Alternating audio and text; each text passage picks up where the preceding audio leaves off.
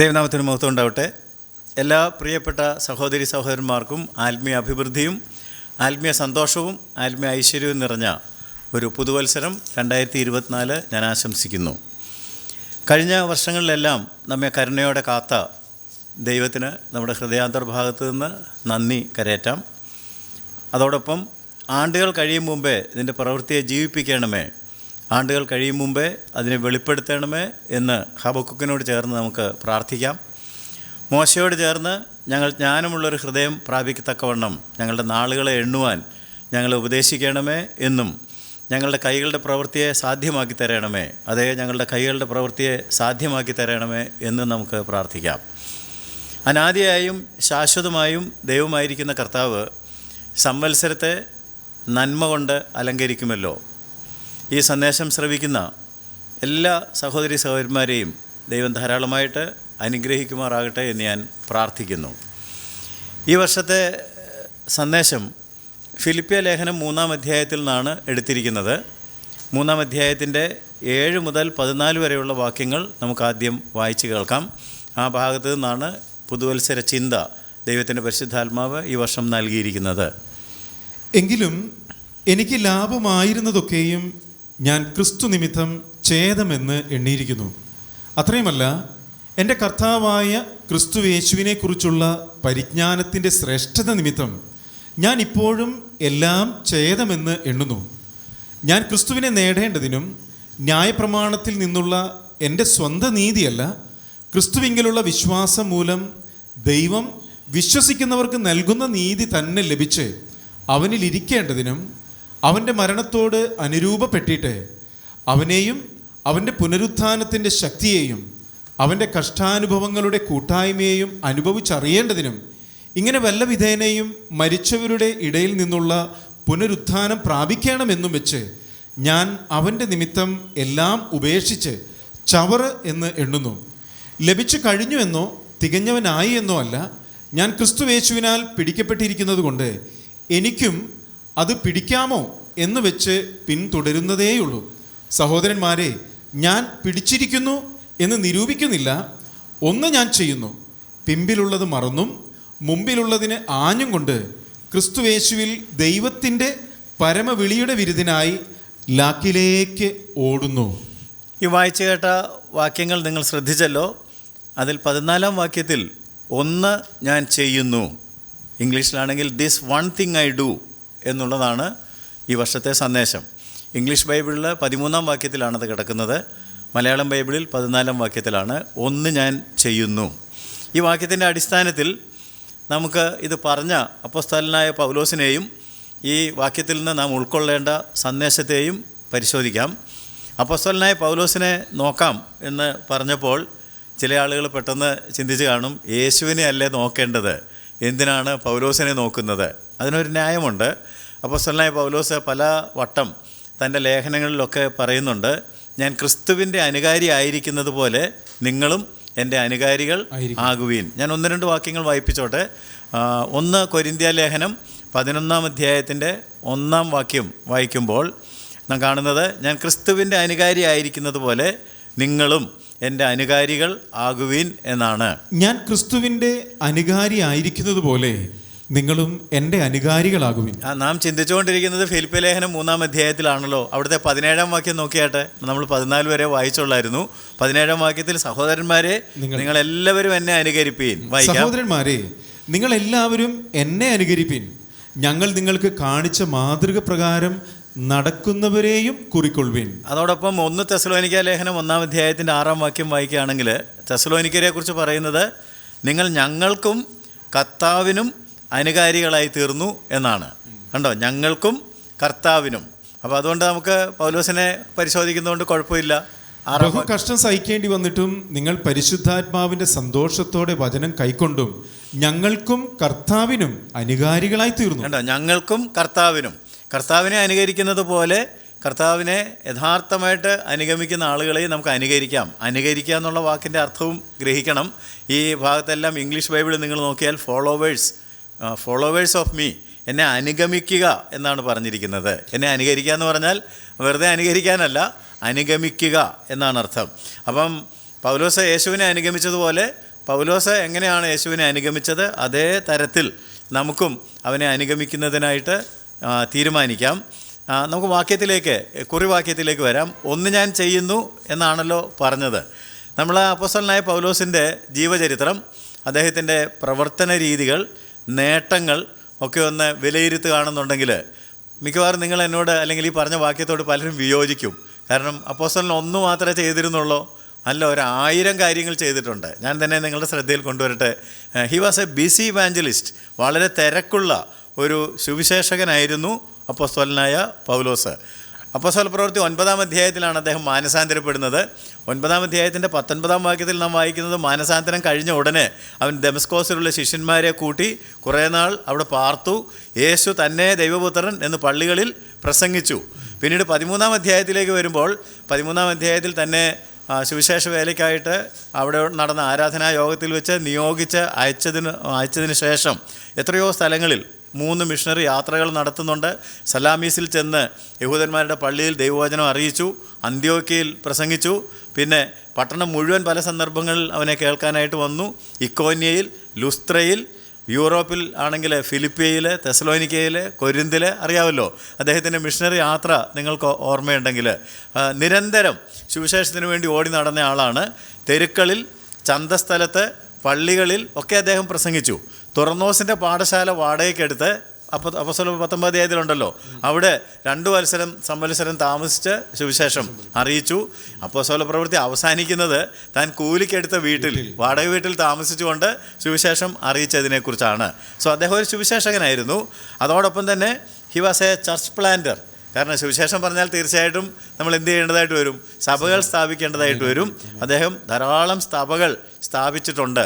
കൊരിന്തുകാരോടൊക്കെ പറയുന്നുണ്ടല്ലോ, നിങ്ങൾക്ക് ഒരുപാട് ഗുരുക്കന്മാരുണ്ടാകാം, എന്നാൽ ഞാനാണ് നിങ്ങളെ സുവിശേഷത്താൽ ജനിപ്പിച്ചത്, ഒരു പിതൃതുല്യനാണ്.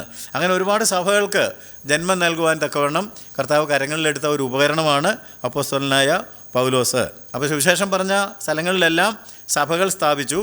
സഭകൾ സ്ഥാപിക്കുക മാത്രമല്ല, ഹി വാസ് എ പാസ്റ്റർ, ഒരു നല്ല സഭാ ശുശ്രൂഷകനായിട്ട് അദ്ദേഹം വേല ചെയ്തു. നല്ലൊരു അധ്യാപകനായിരുന്നു, ഉപദേഷ്ടാവായിരുന്നു.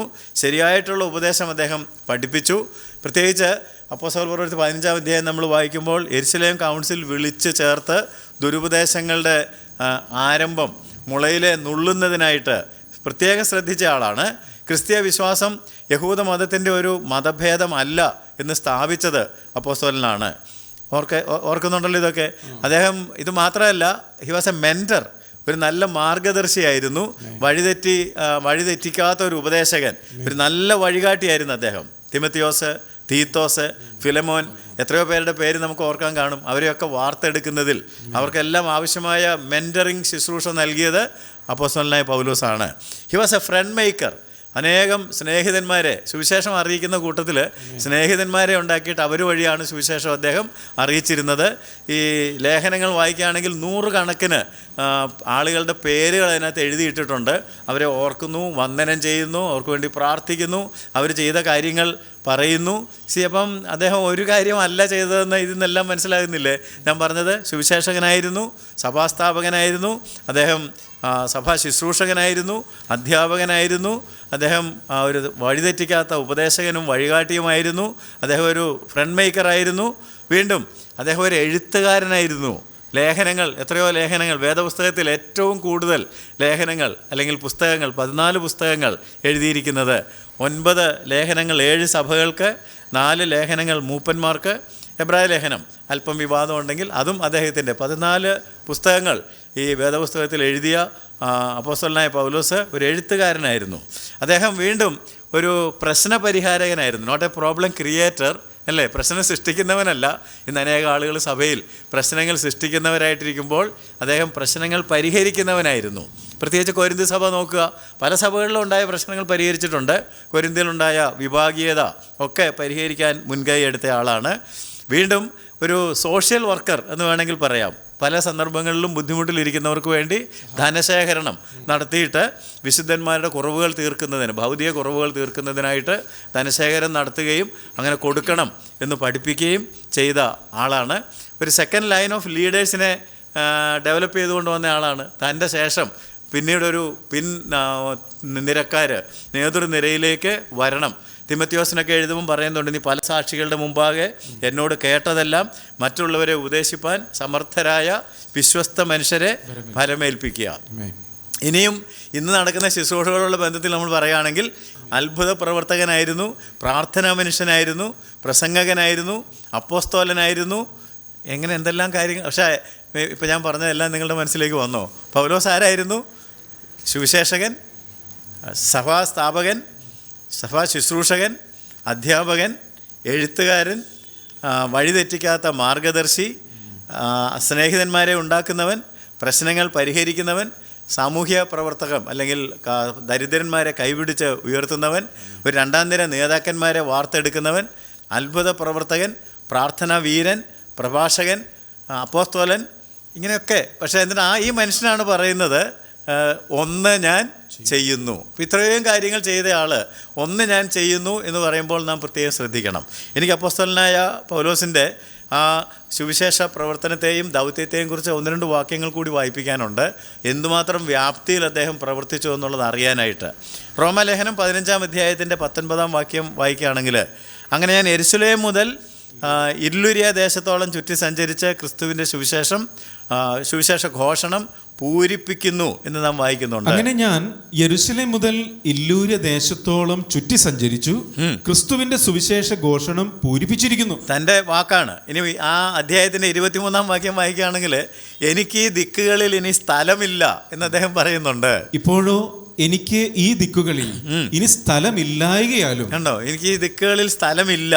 അപ്പോസ്തല പ്രവൃത്തി 19-10 അദ്ദേഹം പറയുന്നത്, ആസിയയിൽ പാർക്കുന്ന ലൂക്കോസ് രേഖപ്പെടുത്തിയിരിക്കുന്ന അങ്ങനെയാണ്, ആസിയയിൽ പാർക്കുന്ന യഹൂദന്മാരും യവനന്മാരും എല്ലാം കർത്താവിൻ്റെ വചനം കേൾപ്പാൻ ഇടയായി. ആസിയയിൽ പാർക്കുന്ന യഹൂദന്മാരും യവനന്മാരും എല്ലാം കർത്താവിൻ്റെ വചനം കേൾപ്പാൻ ഇടയായി. ഇത് ചെയ്യുന്ന കൂട്ടത്തിൽ വല്ലാത്ത കഷ്ടപ്പാടുകളൊക്കെ ഉണ്ടായിട്ടുണ്ട്. അതുകൊണ്ട് 2 കൊരിന്ത്യ ലേഖനം 11-ാം അധ്യായത്തിൻ്റെ 24 മുതൽ 28 വരെയുള്ള വാക്യങ്ങൾ വായിക്കുകയാണെങ്കിൽ, 24 മുതൽ 28 വരെ വായിച്ചാൽ ഒരുപാട് ലെങ്തി ആയതുകൊണ്ട് ഞാൻ 28 മാത്രം വായിപ്പിക്കുകയാണെങ്കിൽ, പലവട്ടം പട്ടിണി, ശീതം, നഗ്നത, വായിച്ചാട്ടെ, പലവട്ടം പട്ടിണി, അധ്വാനം, പ്രയാസം, പലവട്ടം ഉറക്കിളപ്പ്, പൈതാഹം, പലവട്ടം പട്ടിണി, ശീതം, നഗ്നത എന്നീ അസാധാരണ സംഗതികൾ ഭവിച്ചത് കൂടാതെ എനിക്ക് ദിവസേന സർവ്വസഭകളെയും കുറിച്ചുള്ള ചിന്താഭാരം എന്ന തിരക്കുമുണ്ട്. ഈ മനുഷ്യനെ പറയുന്ന ഒന്ന് ഞാൻ ചെയ്യുന്നു എന്ന്, അല്ലേ? സഭകളെ കുറിച്ചുള്ള ചിന്താഭാരമുണ്ട്. അപ്പോസ്തല പ്രവൃത്തി 20-24 അദ്ദേഹം പറയുന്നത്, ഒക്കെ ഉണ്ടെങ്കിലും ഞാൻ എൻ്റെ പ്രാണനെ വിലയേറിയതായി എണ്ണുന്നില്ല. എൻ്റെ ഓട്ടവും ദൈവകൃപയുടെ സുവിശേഷത്തിന് സാക്ഷ്യം പറയേണ്ടതിന് കർത്താവായ യേശു തന്ന ശുശ്രൂഷയും തികയ്ക്കണം എന്നേ എനിക്കുള്ളൂ. എങ്കിലും ഞാൻ എൻ്റെ പ്രാണനെ വിലയേറിയതായി എണ്ണുന്നില്ല. എൻ്റെ ഓട്ടവും ദൈവകൃപയുടെ സുവിശേഷത്തിന് സാക്ഷ്യം പറയേണ്ടതിന് കർത്താവായ യേശു തന്ന ശുശ്രൂഷയും തികയ്ക്കണം എന്നേ എനിക്കുള്ളൂ. ഈ അപ്പോസ്തലൻ്റെ ദൗത്യത്തിൻ്റെയും ജീവിതത്തിൻ്റെയും ചില ഇൻസൈറ്റ്സാണ് ഞാൻ നിങ്ങൾക്ക് നൽകുന്നത്. സഭകൾ ക്രിസ്തുവിനോടുള്ള ഏകാഗ്രതയും നിർമ്മലതയും വിട്ട് വഷളായി പോകുമോ എന്ന, നേരത്തെ വായിച്ചില്ലേ, സർവ്വസഭകളെയും കുറിച്ചുള്ള ചിന്താഭാരം എന്ന തിരക്കുണ്ടെന്ന്. എന്താ ചിന്താഭാരം? അതിനകത്തുനിന്ന് എനിക്ക് ദശാംശം കിട്ടുമോ എന്നുള്ള ചിന്താഭാരം അല്ല അദ്ദേഹത്തിനുണ്ടായിരുന്നത്, അല്ലേ? ആ സഭകൾ ക്രിസ്തുവിനോടുള്ള ഏകാഗ്രതയും നിർമ്മലതയും വിട്ട് വഷളായി പോകുമോ, അതുപോലെ തന്നെ ഈ ആശയിലൊക്കെ കഷ്ടം സഹിക്കേണ്ടി വന്നിട്ട് ജീവിച്ചിരിക്കുമോ എന്ന് നിരാശ തോന്നുമാറ് ആ ശക്തിക്ക് മീതെ അത്യന്തം ഭാരപ്പെട്ടതിനെക്കുറിച്ച് 2 കൊരിന്ത്യ ലേഖനത്തിലൊക്കെ നമുക്ക് വായിക്കാം. അപ്പോൾ ഈ പൗലോസിൻ്റെ ജീവിതം മുഴുവൻ നമ്മളൊന്ന് പരിശോധിക്കുകയാണെങ്കിൽ, അദ്ദേഹം ജാതികളുടെ അപ്പോസ്തലൻ എന്നാണ് അറിയപ്പെടുന്നത്. യഹൂദന്മാരോടും ജാതികളോടും സുവിശേഷം അറിയിച്ചവനാണ്. വിളിച്ചപ്പോൾ തന്നെ പറഞ്ഞായിരുന്നു, ഇതിനെ ഞാൻ ദൂരത്ത്, അല്ലേ, ജാതികളുടെ അടുക്കൽ അയക്കും. എന്തെല്ലാം കഷ്ടത നീ സഹിക്കാൻ പോകുന്നു എന്നുള്ളത് ഞാൻ നിനക്ക് കാണിച്ചു തരാം എന്നൊക്കെ പറഞ്ഞിട്ടുണ്ടായിരുന്നു. പക്ഷെ അതുകൊണ്ട് അദ്ദേഹത്തിന് യഹൂദന്മാരോട് പ്രത്യേകിച്ച് വിരോധമൊന്നും ഉണ്ടായിരുന്നില്ല. റോമലേഖനം 9-10 അധ്യായങ്ങളൊന്നും എടുത്ത് അവിടെ നമ്മൾ നോക്കുകയാണെങ്കിൽ, തൻ്റെ സ്വജാതിക്കാരായ യഹൂദന്മാരെക്കുറിച്ച് പറയുന്നത്, എനിക്ക് വലിയ ദുഃഖവും ഹൃദയത്തിൽ ഇടപെടാതെ നോവുമുണ്ട്. 9-ാം അധ്യായത്തിൻ്റെ ആദ്യത്തെ 3 വാക്യങ്ങൾ നമുക്കൊന്ന് വായിക്കാം. ഞാൻ ക്രിസ്തുവിൽ സത്യം പറയുന്നു, ഞാൻ പറയുന്നത് ഭോഷ്കല്ല, എനിക്ക് വലിയ ദുഃഖവും ഹൃദയത്തിൽ ഇടവിടാതെ നോവുമുണ്ട് എന്ന് എൻ്റെ മനസാക്ഷി എനിക്ക് പരിശുദ്ധാത്മാവിൽ സാക്ഷിയായിരിക്കുന്നു. ജഡപ്രകാരം എൻ്റെ ചാർച്ചക്കാരായ എൻ്റെ സഹോദരന്മാർക്ക് വേണ്ടി ഞാൻ തന്നെ ക്രിസ്തുവിനോട് വേർപെട്ട് ശാപഗ്രസ്തനാകുവാൻ ഞാൻ ആഗ്രഹിക്കാമായിരുന്നു. എന്തിനാ ഇങ്ങനെ ആഗ്രഹിച്ചതെന്ന് 10-1 പറയുന്നത്, സഹോദരന്മാരെ, അവർ രക്ഷിക്കപ്പെടണം എന്ന് തന്നെ എൻ്റെ ഹൃദയ വാഞ്ചയും അവർക്ക് വേണ്ടി ദൈവത്തോടുള്ള യാചനയുമാകുന്നു. സഹോദരന്മാരെ, അവർ രക്ഷിക്കപ്പെടണം എന്ന് തന്നെ എൻ്റെ ഹൃദയവാഞ്ചയും അവർക്ക് വേണ്ടിയുള്ള ദൈവത്തോടുള്ള യാചനയുമാകുന്നു. അപ്പോൾ ഈ പൗലോസിൻ്റെ മനസ്സ് നിങ്ങളൊന്ന് കണ്ടേ. ചിന്താഭാരം, സഭകളെക്കുറിച്ചുള്ള ചിന്താഭാരം, യഹൂദന്മാർ രക്ഷിക്കപ്പെടണമെന്നുള്ള ഹൃദയവാഞ്ച, തന്നെ ഏൽപ്പിച്ച ദൗത്യം ജാതികളോട് സുവിശേഷം അറിയിക്കുക എന്നുള്ളത്, ദൂരത്ത് പോയി അതറിയിക്കാനുള്ള ആഗ്രഹം, അതിനുള്ള ശ്രമം, ഇതിനെല്ലാം ഇടയ്ക്ക് അദ്ദേഹം this man says that one thing I do, ഒന്ന് മാത്രമേ ഞാൻ ചെയ്യുന്നുള്ളൂ. ശരിയാണോ? അദ്ദേഹം പറഞ്ഞ ഒന്ന് ഞാൻ ചെയ്യുന്നു, അതിനർത്ഥം എന്താണ് എന്ന് നാം ചിന്തിക്കേണ്ടതാണ്. ഇങ്ങനെ പറയാം, in the midst of doing several things I am doing only one thing. ഞാൻ ആയിരക്കണക്കിന് കാര്യങ്ങൾ, ഇപ്പോൾ ഞാൻ നിങ്ങളോട് അതിൻ്റെ ഒരു ചെറിയ പരിച്ഛേദമാണ് പറഞ്ഞത് അല്ലേ, അതെല്ലാം വേണേൽ വിശദീകരിക്കാം നമുക്ക്. ഈ പറഞ്ഞ പോലെ 100 കണക്കിന് കാര്യങ്ങൾ അപ്പോസ്തലനായ പൗലോസ് ചെയ്തുകൊണ്ടിരിക്കുകയാണ്. പക്ഷെ അതിനിടയ്ക്ക് അദ്ദേഹം പറയുന്നത് ആകെ ഒരു കാര്യം മാത്രമേ ഞാൻ ചെയ്യുന്നുള്ളൂ എന്നാണ്. അങ്ങനെയാണെങ്കിൽ നമുക്ക് അതിൽ നിന്ന് ഒരു പാഠം ഉൾക്കൊള്ളുവാനുണ്ട്. അതെന്താണ് അതിൻ്റെ അർത്ഥം എന്നുള്ളത് നാം ഗ്രഹിക്കണം. നമ്മൾ വായിച്ച കുറിവാക്യത്തിലേക്ക്, ഫിലിപ്പിയ ലേഖനം 3-ാം അധ്യായത്തിൻ്റെ 14-ാം വാക്യത്തിലേക്കൊന്ന് മടങ്ങി വരികയാണെങ്കിൽ അവിടെ ലാക്ക് എന്നൊരു വാക്ക് നിങ്ങൾക്ക് കാണാനായിട്ട് സാധിക്കും. ഒന്ന് ഞാൻ ചെയ്യുന്നു പിമ്പിലുള്ളത് മറന്നും മുമ്പിലുള്ളതിന് ആഞ്ഞും കൊണ്ട് ക്രിസ്തുവേശുവിൽ ദൈവത്തിന്റെ പരമവിളിയുടെ വിരുദിനായി ലാക്കിലേക്ക് ഓടുന്നു. ലാക്കിലേക്ക്, ലക്ഷ്യം, ഗോൾ എന്ന് വേണമെങ്കിൽ പറയാം. അപ്പോൾ പൗലോസിനൊരു ഗോളുണ്ട്, ഒരു ലക്ഷ്യമുണ്ട്. വെറുതെ പന്തിട്ടടിക്കണമെന്നല്ല അദ്ദേഹം ആഗ്രഹിക്കുന്നത് അല്ലേ, പന്ത് ഗോൾ പോസ്റ്റിലെത്തിക്കണം, അതിൻ്റെ ലക്ഷ്യസ്ഥാനത്ത് എത്തിക്കണം, എങ്കിലേ കളി ജയിക്കുകയുള്ളൂ. ഒരു അത്ലറ്റിക് ടൈമാണ് ഇവിടെ ഉപയോഗിച്ചിരിക്കുന്നത്. അതുകൊണ്ട് ലാക്ക്, ഇംഗ്ലീഷിൽ മാർക്ക് എന്നായിരിക്കും പറയുന്നത്, ദ മാർക്ക് ബിഫോർ മീ. അപ്പം A clear focus in life. താൻ ചെയ്ത കാര്യങ്ങളുടെ എല്ലാം നടുക്ക് തനിക്ക് ഒരു വ്യക്തമായ ജീവിത ദർശനം, ഒരു വ്യക്തമായ ലക്ഷ്യം ഉണ്ടായിരുന്നു. അതിന് താഴെ ചെറിയ ചെറിയ ലക്ഷ്യങ്ങൾ, ഉപലക്ഷ്യങ്ങളുണ്ടെന്ന് വേണമെങ്കിൽ പറയാം, സബ് ഗോൾ എന്ന് വേണമെങ്കിൽ പറയാം. Main goal, sub goal. പക്ഷെ പലപ്പോഴും നമ്മൾ ഈ മെയിൻ ഗോൾ വിട്ടിട്ട് സബ് ഗോളുകളിലൊക്കെ ഇരിക്കുന്ന ആളുകളായിട്ട് തീരുന്നുണ്ട് എന്നുള്ള കാര്യം നാം ഒന്ന് തിരിച്ചറിയേണ്ടത് ആവശ്യമാണ്. അപ്പോൾ ഈ കാര്യങ്ങളൊക്കെ ചെയ്തുകൊണ്ടിരുന്നപ്പോൾ പൗലോസ് ഇത് പറഞ്ഞതെല്ലാം സബ് ഗോളാണ് അല്ലേ. ഇപ്പോൾ നമ്മൾ പറഞ്ഞ സുവിശേഷകൻ, സഭാസ്ഥാപകൻ, ശുശ്രൂഷകൻ, മെൻറ്ററിങ്, എഴുത്ത് എല്ലാം സബ് ഗോളുകളാണ്, മെയിൻ ഗോളല്ല. മെയിൻ ഗോൾ എന്തായിരുന്നു എന്നുള്ളതാണ് നാം പരിശോധിക്കുന്നത്. അപ്പോൾ നമ്മളും ഒത്തിരി കാര്യങ്ങളൊക്കെ ചെയ്യുന്നുണ്ടാകാം. ചെയ്യുന്നതിനിടയ്ക്ക് എൻ്റെ മുഖ്യമായിട്ടുള്ള ലക്ഷ്യം എന്താണ് എന്നുള്ളത് മിക്കവാറും ആളുകൾ ചിന്തിക്കുന്നില്ല. നമുക്ക് എന്നെ കേൾക്കുന്ന നിങ്ങളോടെല്ലാം ഞാൻ ചോദിക്കുന്നത്, നമുക്ക് മിക്ക ആളുകൾക്കും അങ്ങനെ ഒരു ലക്ഷ്യമുണ്ടോ? ഞാൻ ഇടയ്ക്കൊക്കെ ചോദിക്കാറുണ്ട് കേട്ടോ. പല അധ്യാപകനായിരുന്നുകൊണ്ട് കോളേജിൽ വെച്ച് പഠിപ്പിക്കുന്ന കുട്ടികളോട് ചോദിക്കുമായിരുന്നു. സഭയിലായി കഴിഞ്ഞപ്പോൾ വിശ്വാസികളെ പഠിപ്പിക്കാൻ തുടങ്ങിയപ്പോൾ വിശ്വാസികളോടും ചോദിക്കാറുണ്ട്. എനിക്ക് കിട്ടിയിട്ടുള്ള ചില ഉത്തരങ്ങൾ ഞാൻ നിങ്ങളോട് പറയാം. എന്താണ് നിങ്ങളുടെ ലക്ഷ്യം എന്ന് ചോദിക്കുമ്പോൾ മിക്കവരും പ്രത്യേകിച്ചൊന്നും പറയാറില്ല കേട്ടോ. കോളേജിലും അങ്ങനെ ആയിരുന്നു, അങ്ങനെ ഒന്നുമില്ല സാറേ എന്ന്. അപ്പോൾ ഈ വിശ്വാസികൾ പറഞ്ഞാൽ അങ്ങനെ ഒന്നുമില്ല, പിന്നെ എങ്ങനെയാണ് ഉള്ളത്? അപ്പോൾ അങ്ങനെ ഒരു പ്രത്യേകിച്ചൊരു ലക്ഷ്യം ആർക്കുമില്ല. ചിലർ പറയാറുണ്ട് സുവിശേഷം അനേകരോട് പറയണം, വേറെ ചിലർ പറയും നല്ലൊരു ശുശ്രൂഷ അർപ്പിക്കണം, ആത്മാക്കളെ നേടണം, വേറെ ചിലർ പറയും ഭാരതം സുവിശേഷീകരിക്കപ്പെടണം, മറ്റു ചിലർ പറയും വടക്കേ ഇന്ത്യയിൽ പോകണം, അത് ഒരു പ്രാവശ്യം പോയാൽ പോരാ, പോയാലല്ലേ കാണാനൊക്കെ ഉള്ളൂ, പലവട്ടം പോകണം. അതുകൊണ്ട് അവരുടെ ലക്ഷ്യം എന്താണ്? മാക്സിമം വടക്കേ ഇന്ത്യ സന്ദർശിക്കുക എന്നുള്ളതാണ്. ഇങ്ങനെയുള്ള ലക്ഷ്യങ്ങളാണ്. വേറെ ചിലർ പറയുന്നത് എൻ്റെ മക്കളെല്ലാം കർത്താവിനെ ഒന്ന് അറിയണം. വേറെ ചിലരോട് പറഞ്ഞിട്ടുള്ള എൻ്റെ ഭാര്യ ഒന്ന് ശരിയാകണം. ചില ഭാര്യമാർ പറഞ്ഞാൽ എൻ്റെ ഭർത്താവ് ഒന്ന് ശരിയാകണം, എൻ്റെ ബന്ധുക്കളും കൂടെ. ഞാൻ മാത്രം, അത് പൗലോസിന് ആഗ്രഹം ഉണ്ടായിരുന്നു, നമ്മൾ വായിച്ച് കേട്ടല്ലോ, എൻ്റെ സ്വന്തം ജനം നന്നാകണം എന്ന് അദ്ദേഹത്തിന് ആഗ്രഹം. But that was not the one thing. ആ ഒരു കാര്യത്തിന് വേണ്ടി അല്ല അദ്ദേഹം ജീവിച്ചത്. വേറെ ചിലർ പറയുന്നത് എൻ്റെ കൊച്ചുമക്കളൊന്ന് കർത്താവിനെ കണ്ടിട്ട് എനിക്ക് കണ്ണടയ്ക്കണം എന്ന്. ഇങ്ങനെയൊക്കെ ഞാൻ കേൾക്കാറുണ്ട് അല്ലേ. ഇതെല്ലാം കൊള്ളാവുന്ന കാര്യങ്ങളാണ്, നല്ല കാര്യങ്ങളൊന്നും വേണ്ട അല്ലെന്ന് ഞാൻ പറയുന്നില്ല. എന്നാൽ this is not the one thing for which you have to live. ഈ ഒരൊറ്റ കാര്യത്തിന് വേണ്ടിയാണോ നിങ്ങൾ ജീവിക്കേണ്ടത്? ഇവർ പലരും പറയുന്നത് ഞങ്ങൾ ഇതിനു വേണ്ടിയാണ് ജീവിക്കുന്നത്, അല്ലെങ്കിൽ ഞങ്ങൾക്ക് എന്തിനു വേണ്ടിയാണ് ജീവിക്കുന്നതെന്ന് അറിഞ്ഞുകൂടാ.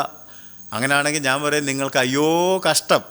നിങ്ങൾ എന്തിനു വേണ്ടിയാണ് ജീവിക്കുന്നത് എന്ന് നിങ്ങൾക്ക് ബോധ്യമില്ലെങ്കിൽ നിങ്ങൾക്ക് അയ്യോ കഷ്ടം. ഇതെല്ലാം നല്ല കാര്യങ്ങളാണ്. മക്കളറിയണം, കൊച്ചുമക്കൾ അറിയണം, വടക്കേ ഇന്ത്യ സുവിശേഷീകരിക്കപ്പെടണം, ആത്മാക്കൾ രക്ഷിക്കപ്പെടണം. മോശമാണോ കാര്യങ്ങളൊക്കെ? ഒക്കെ നല്ല കാര്യങ്ങളാണ്, ഇതൊക്കെ വേണം. എന്നാൽ ഞാൻ ജീവിക്കുന്നത് ഇതിനു വേണ്ടി ഒന്നുമല്ല. അപ്പോസ്തലനായ പൗലോസിനോട് ചോദിച്ചാൽ അദ്ദേഹം പറയും, നമ്മൾ പഠിച്ചുകൊണ്ടിരിക്കുന്ന അല്ലെങ്കിൽ പരിശോധിച്ചുകൊണ്ടിരിക്കുന്ന ഫിലിപ്പിയ ലേഖനം 1-ാം അധ്യായത്തിൻ്റെ 21-ാം വാക്യത്തിൽ അദ്ദേഹം പറഞ്ഞു, to me to live is Christ. എനിക്ക് ജീവിക്കുന്നത് ക്രിസ്തു, അല്ലേ വായിച്ചാട്ടെ? എനിക്ക് ജീവിക്കുന്നത് ക്രിസ്തുവും. അപ്പോൾ ഉണ്ടോ, അതാണ് ദിസ് വൺ തിങ്.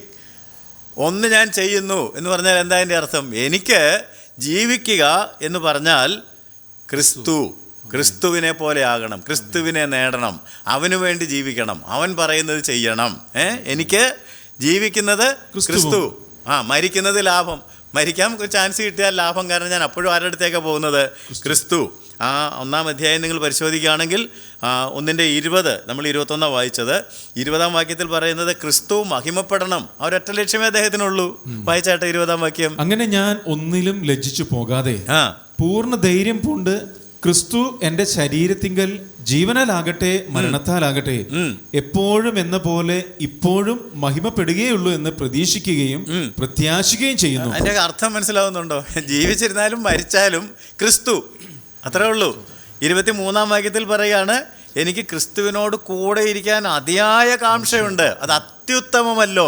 വായിച്ചാട്ടെ 23-ാം വാക്യം. ഇവ രണ്ടിനാലും ഞാൻ ഞരങ്ങുന്നു, വിട്ടുപിരിഞ്ഞ് ക്രിസ്തുവിനോട് കൂടെ ഇരിപ്പാൻ എനിക്ക് കാംക്ഷയുണ്ട്, അത് അത്യുത്തമമല്ലോ. അപ്പൊ പൗലോസിന്റെ ഉള്ളിലിരുന്ന വൺ തിങ്, ഒരു കാര്യം, ഒന്ന് ഞാൻ ചെയ്യുന്നു എന്ന് പറയുന്നത് എന്ത് കാര്യ? ക്രിസ്തു. That one thing is Christ.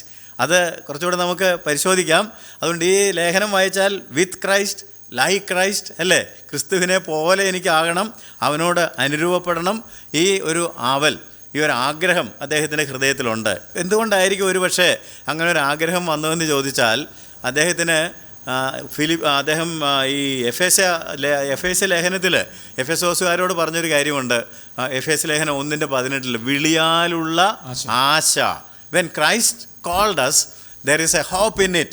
ക്രിസ്തു നമ്മളെ വിളിച്ചപ്പോൾ അതിനകത്തൊരു പ്രത്യാശയുണ്ട്, ഒരു ആശയുണ്ട്, ഒരു ലക്ഷ്യമുണ്ട്. ചുമ്മാതെ വിളിച്ചല്ല. അവന്റെ വിളിയാലുള്ള ആശ ഇന്നതെന്ന് കണ്ടോ? അവന്റെ വിളിയാലുള്ള ആശ ഇന്നതെന്ന് എഫെസോസിലെ വിശ്വാസികൾ തിരിച്ചറിയണമെന്ന് അദ്ദേഹം പ്രാർത്ഥിക്കുക. എന്തുകൊണ്ട്? അദ്ദേഹത്തിൻ്റെ വിളിയിലുള്ള ആശ എന്താണെന്നുള്ളത് വളരെ കൃത്യമായിട്ട് അറിയാം. അപ്പം ഞാൻ നേരത്തെ പറഞ്ഞല്ലോ, പല വിശ്വാസികളോടും ചോദിക്കുമ്പം ആശയില്ല, ആകപ്പാടെയുള്ള ആശ മരിച്ച് സ്വർഗത്തിൽ പോകണമെന്നുള്ളതോ കർത്താവ് വരണമെന്നോ ഒക്കെ ഉള്ളതാണെങ്കിൽ അതല്ല, അതിനേക്കാൾ അപ്പുറത്തേക്കൊരാശ നമുക്ക് വേണം. അപ്പോൾ പത്രോസ് പറഞ്ഞു, നിങ്ങൾക്കത് നിശ്ചയമില്ലെങ്കിൽ നിങ്ങളുടെ വിളിയും തിരഞ്ഞെടുപ്പും ഉറപ്പാക്കുവാൻ അധികം ശ്രമിക്കുവീൻ. 2 പത്രോസ് 1:10 നിങ്ങളുടെ വിളിയും തിരഞ്ഞെടുപ്പും ഉറപ്പാക്കുവാൻ. അപ്പോൾ Paul was very clear why Christ called him, അല്ലേ?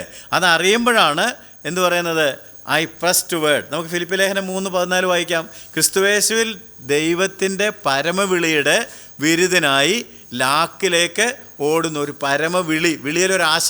ഇപ്പോൾ വിളിച്ചപ്പോൾ ദൈവം ഉന്നതമായ വിശുദ്ധമായ ഒരു വിളി കൊണ്ട് വിളിച്ചപ്പോൾ ആ വിളി ചുമ്മാതെ നമ്മൾ പറയുന്ന പോലെ രാത്രിക്ക് വിളിച്ചെഴുന്നേൽപ്പിച്ചിട്ട് അത്താഴമില്ല മോനെ എന്ന് പറയുന്ന പോലെ ഒരു വിളിയല്ല ദൈവത്തിന്റെ വിളി. 3:14 വായിച്ചാട്ടെ. ഒന്ന് ഞാൻ ചെയ്യുന്നു, പിമ്പിലുള്ളത് മറന്നും മുമ്പിലുള്ളതിന് ആഞ്ഞും കൊണ്ട് ക്രിസ്തുയേശുവിൽ ദൈവത്തിന്റെ പരമവിളിയുടെ വിരുദിനായി. കണ്ടോ? പരമവിളിയുടെ വിരുദിനായി ലാക്കിലേക്ക് ഓടുന്നു. അപ്പൊ പിന്നിലുള്ളത് മറന്നു, മുമ്പിലുള്ളതിന് ആഞ്ഞുകൊണ്ട് I press toward the mark for the prize of the high calling of God in Christ Jesus.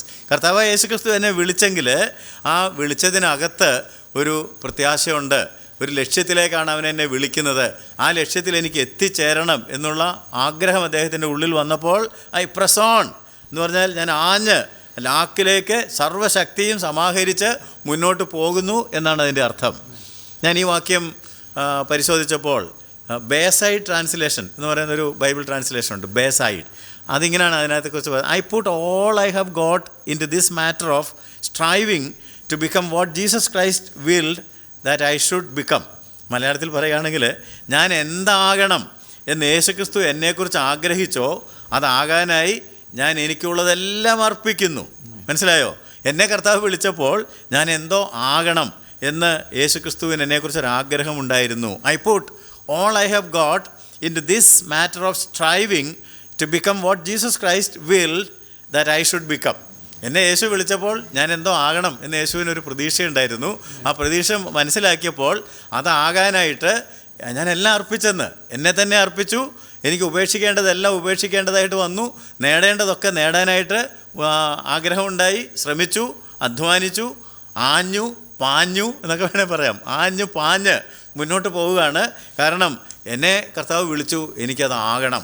അതിനകത്തൊരു ആശയമുണ്ടായിരുന്നു. വിളിച്ചപ്പോഴേ അതിനകത്ത് എന്തുണ്ടായിരുന്നു? വിളിയിലൊരു ആശയമുണ്ടായിരുന്നു. ആ ആശയിൽ എത്തിച്ചേരണമെന്നുള്ള അതിയായ അഭിവാഞ്ച എൻ്റെ ഹൃദയത്തെ ഭരിച്ചതുകൊണ്ടാണ് ഞാൻ ഇങ്ങനെ ചെയ്യുന്നത് എന്ന് പൗലോസ് വ്യക്തമാക്കുക ചെയ്യുന്നത്. അപ്പോൾ നമ്മൾ നമ്മുടെ ജീവിതത്തെക്കുറിച്ച് ഓർക്കുകയാണെങ്കിൽ മനസ്സിലാക്കേണ്ട ഒരു കാര്യം, every man's life is A plan of God. ഓരോ മനുഷ്യൻ്റെ ജീവിതവും ദൈവത്തിൻ്റെ വ്യക്തമായ ഒരു പദ്ധതിയിലാണ്. ദൈവം അയച്ചിട്ടാണ് നമ്മൾ ഓരോരുത്തരും ഈ ലോകത്തിൽ വന്നിരിക്കുന്നത്. ആക്സിഡൻ്റലായിട്ട് വന്നതല്ല, അപ്പോയിൻമെൻ്റാണ്. ദൈവം അയച്ചിട്ടൊരു മനുഷ്യൻ വന്നു, അവന് യോഹന്നാൻ എന്ന് പേർ. യോഹന്നാൻ്റെ പേര് വെട്ടി നമ്മുടെയൊക്കെ പേര് എഴുതാം. ദൈവം അയച്ചിട്ടാണ് നമ്മൾ ഓരോരുത്തരും ഈ ലോകത്തിൽ വന്നിരിക്കുന്നത്. It's a plan of God. അങ്ങനെയാണെങ്കിൽ ആ പ്ലാൻ എന്താണെന്നുള്ളത് തിരിച്ചറിഞ്ഞിട്ട് I should carry out this plan, അല്ലേ?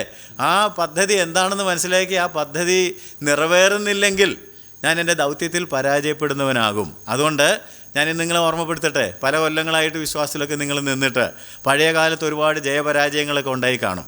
അതൊക്കെ പോട്ടെ, അതെല്ലാം മറന്നിട്ട് ഈ പുതുവത്സരത്തിൽ ലാക്കിലേക്ക് ഓടാനായിട്ട് ഒരു തീരുമാനം. ലാക്ക് എന്താണെന്ന് കണ്ടുപിടിക്കണം, ലക്ഷ്യം എന്താണെന്ന് കണ്ടുപിടിക്കണം, നിങ്ങളുടെ വിളിയും തെരഞ്ഞെടുപ്പും ഉറപ്പാക്കണം. എന്നിട്ട് അതിലേക്ക് ഓടാൻ തുടങ്ങണം. അതിൽ നിന്ന് നിങ്ങളെ വ്യതിചലിപ്പിക്കുവാനായിട്ട് ഒന്നിനെയും അനുവദിക്കരുത്, അല്ലേ? ഞാൻ അതിലേക്ക് ഓടുന്നു എന്ന് പറയുമ്പോൾ ഒരു ഓട്ടക്കാരനെക്കുറിച്ച് ചിന്തിക്കുക. അയാളെ വ്യതിചലിപ്പിക്കുവാനുള്ള പല ശബ്ദകോലാഹലങ്ങളും ആകർഷണങ്ങളും ഒക്കെ ഉണ്ടാകാം. അതെല്ലാം മറന്നിട്ടാണ് ആ ലക്ഷ്യത്തിലേക്ക് മാത്രം നോക്കി ഓടിപ്പോകുന്നത്. ഒരു നിമിഷം ചിന്തിക്കുക, നിങ്ങളുടെ ജീവിതത്തിൽ വ്യക്തമായ ഒരു ലക്ഷ്യവും ഒരു ദർശനവും, അല്ലെങ്കിൽ ഇതുവരെ ഞാൻ പറഞ്ഞതുപോലെ വൺ തിങ് ഇൻ ലൈഫ്, ഒന്ന് ഞാൻ ചെയ്യുന്നു എന്ന് പറയത്തക്ക തരത്തിൽ ഒരു ലക്ഷ്യബോധമുള്ള ആളാണോ? അങ്ങനെ ആണെങ്കിൽ എന്താണ് നിങ്ങൾ നേടാൻ ആഗ്രഹിക്കുന്നത്? അത് എന്ന് നേടാനാണ് ആഗ്രഹിക്കുന്നത്? എങ്ങനെ നേടാനാണ് ആഗ്രഹിക്കുന്നത്? അതേക്കുറിച്ച് ചിന്തിക്കണം. എന്താണ് ലക്ഷ്യം? അത് എന്ന് നേടണം? എങ്ങനെ നേടണം? ഇതൊന്നുമില്ലാതെ വെറുതെ ഒരു ജീവിതം എന്ന് പറഞ്ഞാൽ അതിനർത്ഥമില്ല. വേദപുസ്തകം പരിശോധിക്കുക.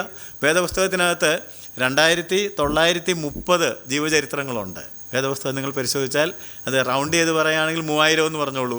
2930 ജീവിതങ്ങൾ. അതിൽ വിജയിച്ചവർക്കെല്ലാം, പരാജയപ്പെട്ടവരുണ്ട്, വിജയിച്ചവർക്കെല്ലാം വ്യക്തമായ ഒരു ലക്ഷ്യമുണ്ടായിരുന്നു. ഞാൻ ചിലരെക്കുറിച്ചൊക്കെ ഒന്ന് ഓർമ്മപ്പെടുത്താം. ഇതിന് വേണമെങ്കിൽ നിങ്ങൾക്ക് എബ്രായ ലേഖനം 11-ാം അധ്യായം ഉപയോഗിക്കാവുന്നതാണ്. അവിടെ ഹാബേൽ തുടങ്ങുന്ന അവിടെ നിന്നാണല്ലോ. ഹാബേലിൻ്റെ ലക്ഷ്യം ഉത്തമമായ ഒരു യാഗം കഴിക്കണമെന്നുള്ളതായിരുന്നു. ഹാനോക്ക് ദൈവത്തെ പ്രസാദിപ്പിച്ച് അവൻ്റെ കൂടെ നടക്കണം എന്നുള്ള ലക്ഷ്യമായിരുന്നു. നോഹ ഭയഭക്തി പൂണ്ട് തൻ്റെ കുടുംബത്തിൻ്റെ രക്ഷയ്ക്കായിട്ടൊരു പെട്ടകം, വേറെ ആരും അത് അംഗീകരിക്കുന്നില്ല, പക്ഷേ ഭയഭക്തിയോടെ തൻ്റെ കുടുംബത്തിൻ്റെ രക്ഷയ്ക്കായിട്ട് ഒരു പെട്ടകം തീർത്തു.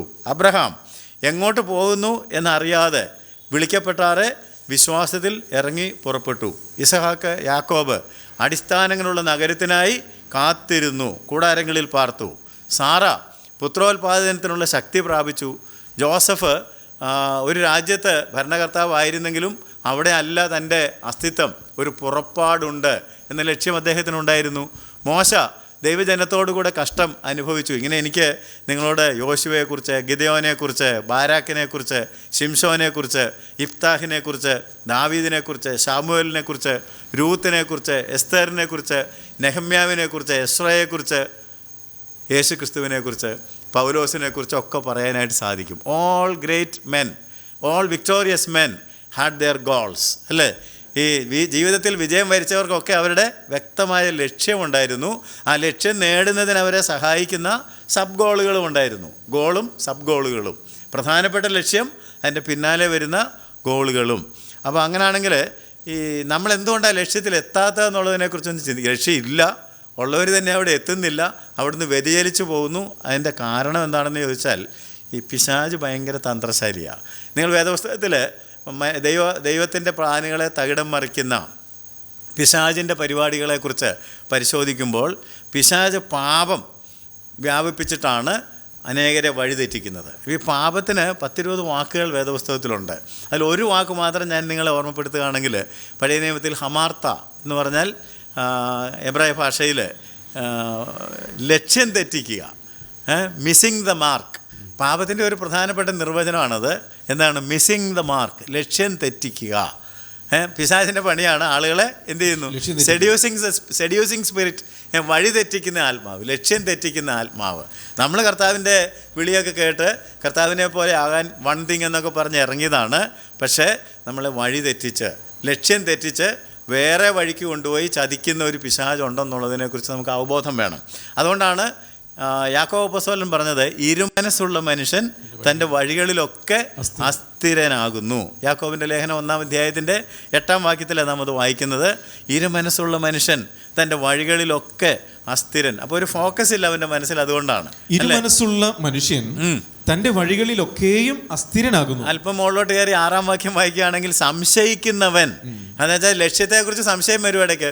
ഇത് തന്നെയാണോ കർത്താവ് എന്നെ വിളിച്ചത്? സംശയിക്കുന്നവൻ കാറ്റടിച്ച് അലയുന്ന കടൽ തിരക്ക് സമൻ. ഇങ്ങനെയുള്ള മനുഷ്യൻ കർത്താവിൽ നിന്ന് വല്ലത് ലഭിക്കും എന്ന് നിരൂപിക്കരുത്. ഇത് ഒരുപാട് ആളുകളുടെ പ്രശ്നമാണ്, വിശ്വാസികൾ എന്ന് പറയുന്നവരുടെ പ്രശ്നമാണ്. ഇരുമനസ്സ്, വ്യക്തതയില്ലായ്മ, അല്ലേ? സംശയമായിട്ട് ഇതാണോ അതാണോ എന്ന് നിശ്ചയമില്ല. അപ്പോഴാണ് വിളിയും തെരഞ്ഞെടുപ്പ് ഉറപ്പാക്കണമെന്ന് പറഞ്ഞത്. ഇത് രാജാക്കന്മാരുടെ പുസ്തകത്തിൽ ഏലിയാവിൻ്റെ കാലഘട്ടത്തിൽ ചോദിച്ചൊരു ചോദ്യമുണ്ട്, എത്രത്തോളം നിങ്ങൾ 2 തോണിയിൽ കാലുവെക്കും? 1 രാജാക്കന്മാർ 18-21 അറിയാമല്ലോ.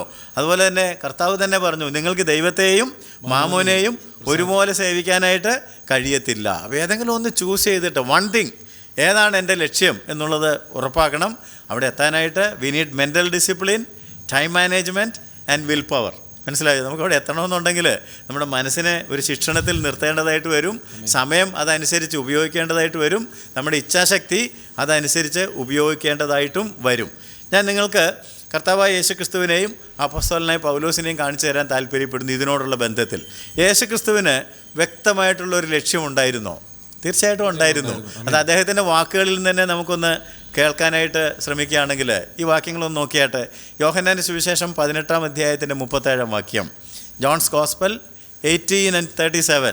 പിലാത്തോസ് അവനോട്, എന്നാൽ നീ രാജാവ് തന്നെയോ എന്ന് പറഞ്ഞതിന് യേശു പറഞ്ഞത്, ഞാൻ രാജാവ് തന്നെ, സത്യത്തിന് സാക്ഷി നിൽക്കേണ്ടതിന് ഞാൻ ജനിച്ച് അതിനായി ലോകത്തിൽ വന്നുമിരിക്കുന്നു. അപ്പം ഞാൻ എന്തിനാ ജനിച്ചത്, ഞാൻ എന്തിനാ ലോകത്തിൽ വന്നിരിക്കുന്നു എന്നുള്ളതിനെക്കുറിച്ച് യേശുവിന് വ്യക്തമായ കാഴ്ചപ്പാടുണ്ട്. പലരും പലതും ചോദിച്ചെന്ന് വരാം, but he is very clear about his goal, അല്ലേ? മർക്കോസിൻ്റെ സുവിശേഷം 1-ാം അധ്യായത്തിൻ്റെ 38-ാം വാക്യം നോക്കുക. അവിടെ യേശു സുവിശേഷം അറിയിച്ചിങ്ങനെ പോകുമ്പോൾ ചിലരൊക്കെ അവിടെ തന്നെ 2 ദിവസം താമസിക്കണം, 3 ദിവസം താമസിക്കണം എന്നൊക്കെ പറഞ്ഞപ്പോൾ കർത്താവിൻ്റെ മറുപടി എന്താണ്? ഞാൻ അടുത്ത ഊരുകളിലും പ്രസംഗിക്കേണ്ടതാണ്. അവൻ അവരോട്, ഞാൻ അടുത്ത ഊരുകളിലും പ്രസംഗിക്കേണ്ടതിന് നാം അവിടേക്ക് പോക, ഇതിനായിട്ടല്ലോ. ആ പ്രയോഗം കണ്ടോ? ഇതിനായിട്ടല്ലോ ഞാൻ പുറപ്പെട്ടു വന്നിരിക്കുന്നത്. ലൂക്കോസിന്റെ സുവിശേഷം 4-ാം അധ്യായം നോക്കിയാട്ടെ, ഇതേ കാര്യം അവിടെ നമുക്ക് വീണ്ടും കാണാം. ലൂക്ക് 4:42-43. ലൂക്കോസ് 4-ാം അധ്യായത്തിന്റെ 42-43 വാക്യങ്ങൾ. നേരം വെളുത്തപ്പോൾ അവൻ പുറപ്പെട്ട് ഒരു നിർജ്ജന സ്ഥലത്തേക്ക് പോയി. പുരുഷാരം അവനെ തിരഞ്ഞു, അവന്റെ അരികത്ത് വന്നു, തങ്ങളെ വിട്ടു പോകാതിരിക്കുവാൻ അവനെ തടുത്തു. ഒരു മിനിറ്റ് നിർത്തിക്കുക. നമ്മളാണ് എന്ത് ചെയ്തേനെ? ഒരു പുരുഷാരം വന്നിട്ട് ഞങ്ങളെ വിട്ടു പോകരുത്, ഇവിടെ നിൽക്കാൻ പറഞ്ഞിരുന്നെങ്കിൽ വെരി ഗുഡ്, നമുക്കിവിടെ ഇത്ര ഒരു വലിയ എണ്ണാൻ പറ്റാത്ത പുരുഷാരം എന്ന് പറഞ്ഞാൽ മൾട്ടിറ്റ്യൂഡ്, അല്ലേ? അപ്പോൾ ആയിരക്കണക്കിന് ആളുകൾ കാണും. വിട്ടു പോകരുത്, ഇവിടെ നിൽക്കാൻ പറഞ്ഞപ്പം പിന്നെ നമുക്കിവിടെ ഒരു സഭയൊക്കെ സ്ഥാപിച്ചിട്ട്. കർത്താവിൻ്റെ ആൻസർ ഒന്ന് ശ്രദ്ധിച്ചേ. അടുത്ത ലൈനിൽ എന്താ? അവനവരോട്, ഞാൻ മറ്റുള്ള പട്ടണങ്ങളിലും ദൈവരാജ്യം സുവിശേഷിക്കേണ്ടതാകുന്നു, ഇതിനായിട്ടല്ലോ എന്നെ അയച്ചിരിക്കുന്നത്. Very clear about the goal. ഇതിനായിട്ടല്ലോ. ഈ വായിച്ചിടത്തൊക്കെ ഇതിനായിട്ടല്ലോ എന്നുള്ള പ്രയോഗങ്ങൾ കാണുന്നുണ്ടോ? ഞാൻ വന്നിരിക്കുന്ന ഒരൊറ്റ കാര്യത്തിന് വേണ്ടിയാണ്. എനിക്ക് അതേക്കുറിച്ച് നല്ല വ്യക്തതയുണ്ട്.